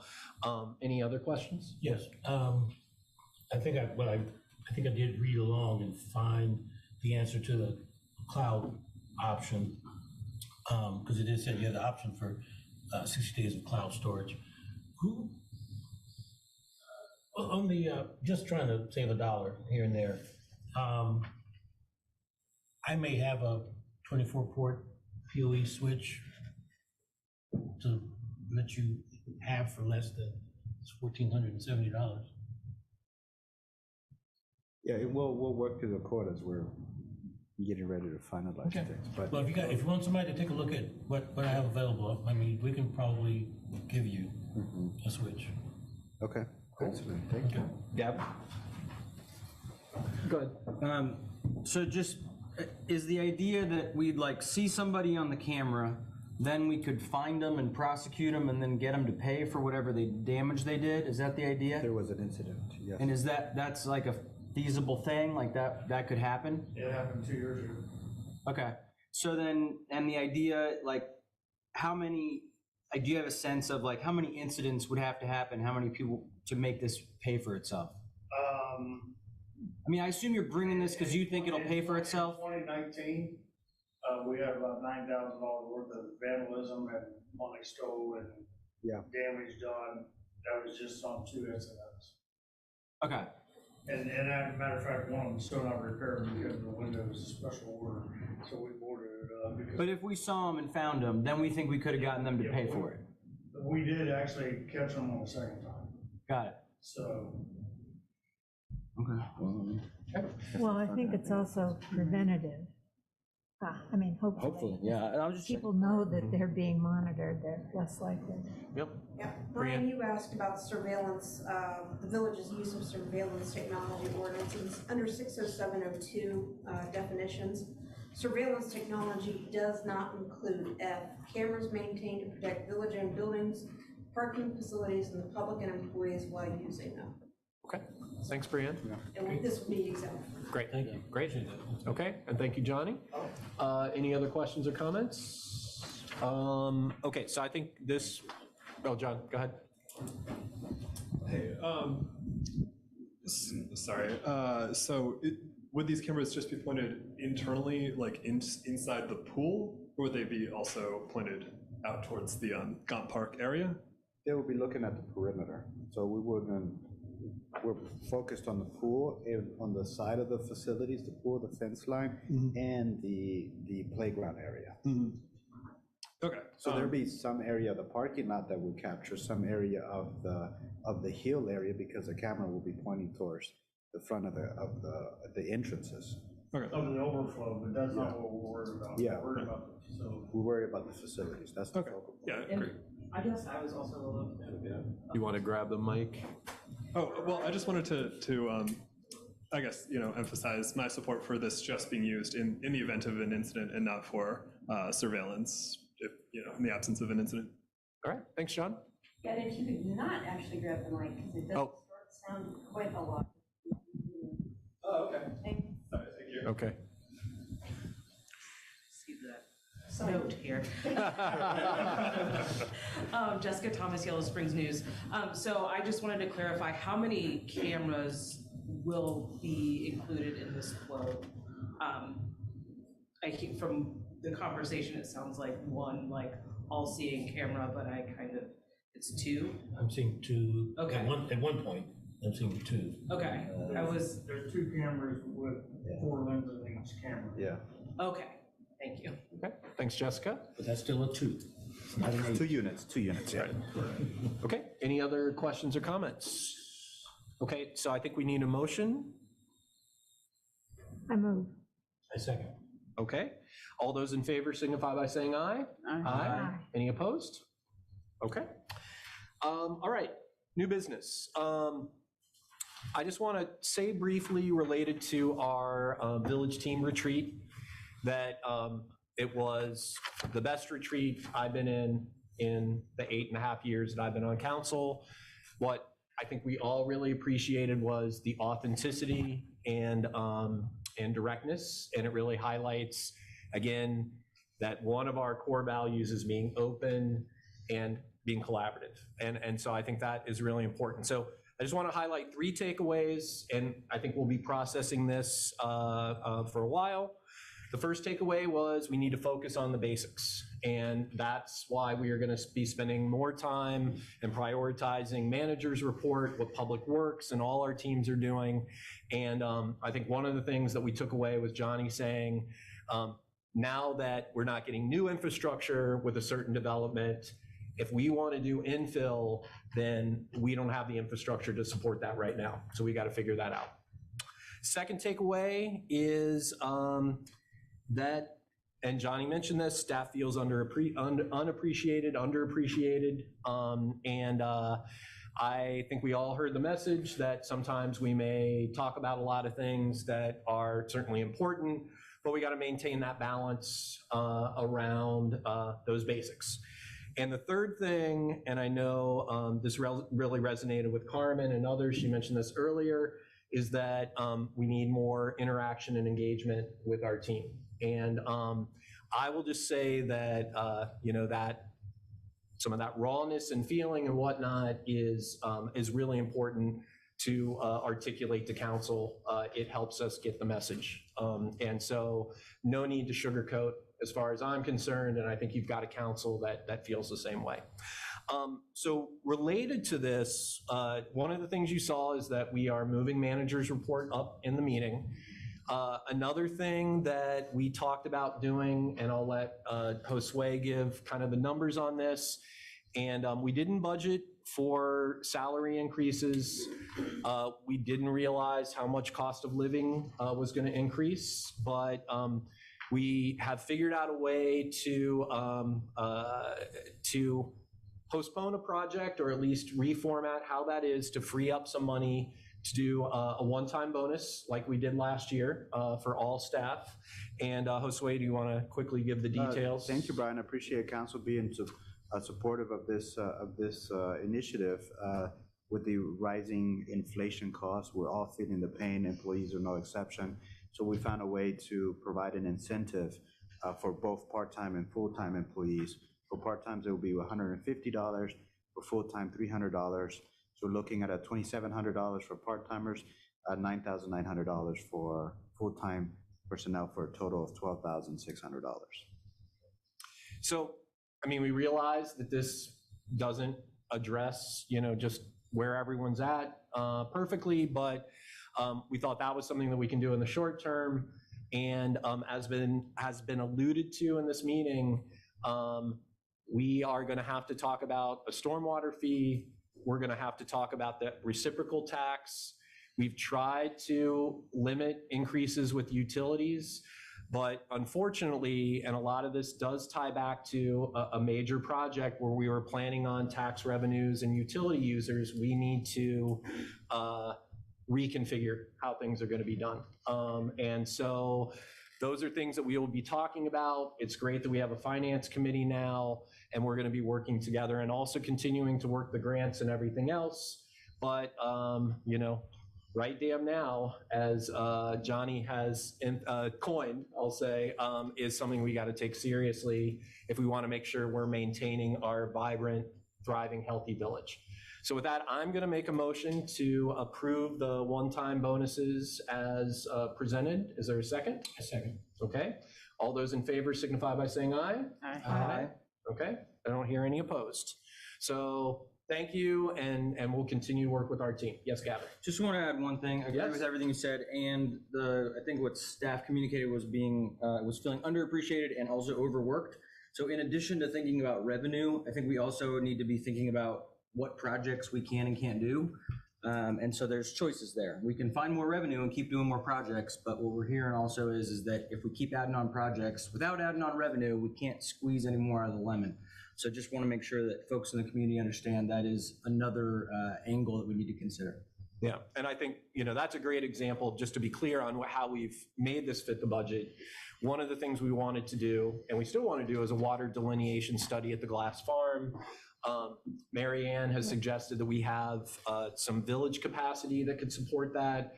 And I think that does speak to some of the maybe certain projects maybe will not be prioritized in the short term. So, all right. Okay, so then we've got safety lights. Judy. Yep, that's super quick.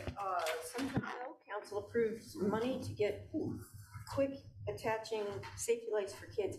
They're not fabulous for visibility, especially if you're going fast, but they make you a heck of a lot more visible, like 100% more visible if you've got them on. Police were handing them out right and left. We were handing them out from every possible location. We'd finally run out with $850 coming from council and then $400 from PD. We can restock and hand those lights out again. Okay. The one thing I want to mention, and I can help with this, is let's check in with ODOT and Greene County Parks and Trails, where we've gotten some lights before, and just so we can do there. Any questions? Sure, Mark. I'll come to the mic if you don't mind.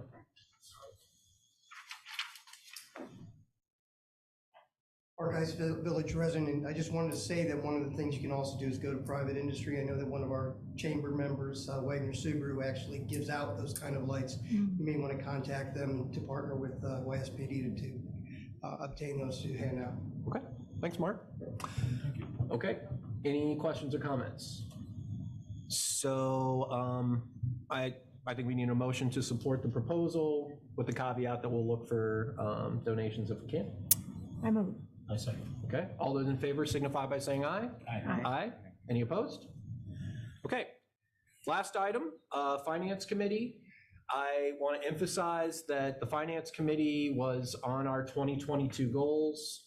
With Lisa's getting busy and then transition, that got postponed for a while.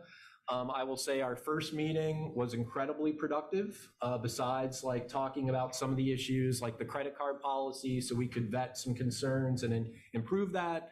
I think largely what this is going to come down to is better communications, so we all understand the processes and procedures, and what council needs, what the community needs to get better reporting about where we're at with expenditures. It's great to have encumbrance reports and 50-page financial like spreadsheets, but at the end of the day, a lot of what we need to understand is what have we approved, what have we allocated, and the sausage making maybe is not as important for us in the community. So this is going to be a committee that meets monthly in the short term, and that will help address, how we continue to improve, be more transparent, and all the other aspects. And then as we move into the budgeting portion of the year, we'll be thinking more process-wise about that. So Gavin has taken Lisa's place in that, and there'll be more to come. But I'll say that a lot of the things that we started talking about today, we'll be vetting outside of the meeting so that we can bring recommendations from staff and council combined to full council. So that's really all I need to say for now, and you'll be hearing more from the Finance Committee. Yes. I have a few things to add. Please do. One of the things that we reviewed were our investment thresholds. So currently we had a threshold of 1.5 million available for investments through Raymond James. When the Finance Committee met, we reviewed our burn rate, how much cash we utilize over time, and we increased the threshold back to what it was prior to the pandemic, which was 3 million. So we will be shifting an additional 1.5 million of cash available for investments through Raymond James for the purchases of CDs. It's a good time to start preparing for those moves because interest rates are rising, and we were able to buy CDs off the market that have a higher yield than our current money market accounts through West Banco, which is at 1.25%. So we've had a financial advisor for a few years now with Raymond James. We're not utilizing more of that service to buy those CDs on the market. And also, it was important that we've had a history in the past of being very conservative and just kind of building up reserves. But our finance director, our financial advisor, and the other members agreed that we can invest that amount and still be fine in terms of covering our expenses. So, right. Okay. Questions or comments? Okay. Then last thing is. Nomination. Oh, yes, thank you. Environmental Commission nomination. Yes, yeah. So a recent resident, Joanna Schultz-Herman, has applied to be on the Environmental Commission. She moved here from California to get away from the fires. She has an environmental background, both with some nonprofits as well as businesses. And I think particularly, she will be helpful in doing research and looking for grant money, and in particular, probably for the climate action work too. So Carmen and I both talked to her. Carmen, is there anything you? Oh, I mean, really just to add that we are lucky to have her as a resident of the village, and really lucky to have her on this committee because she has extensive experience and she knows how to find money, which is critically important. Great. But yeah, we're lucky to have her here.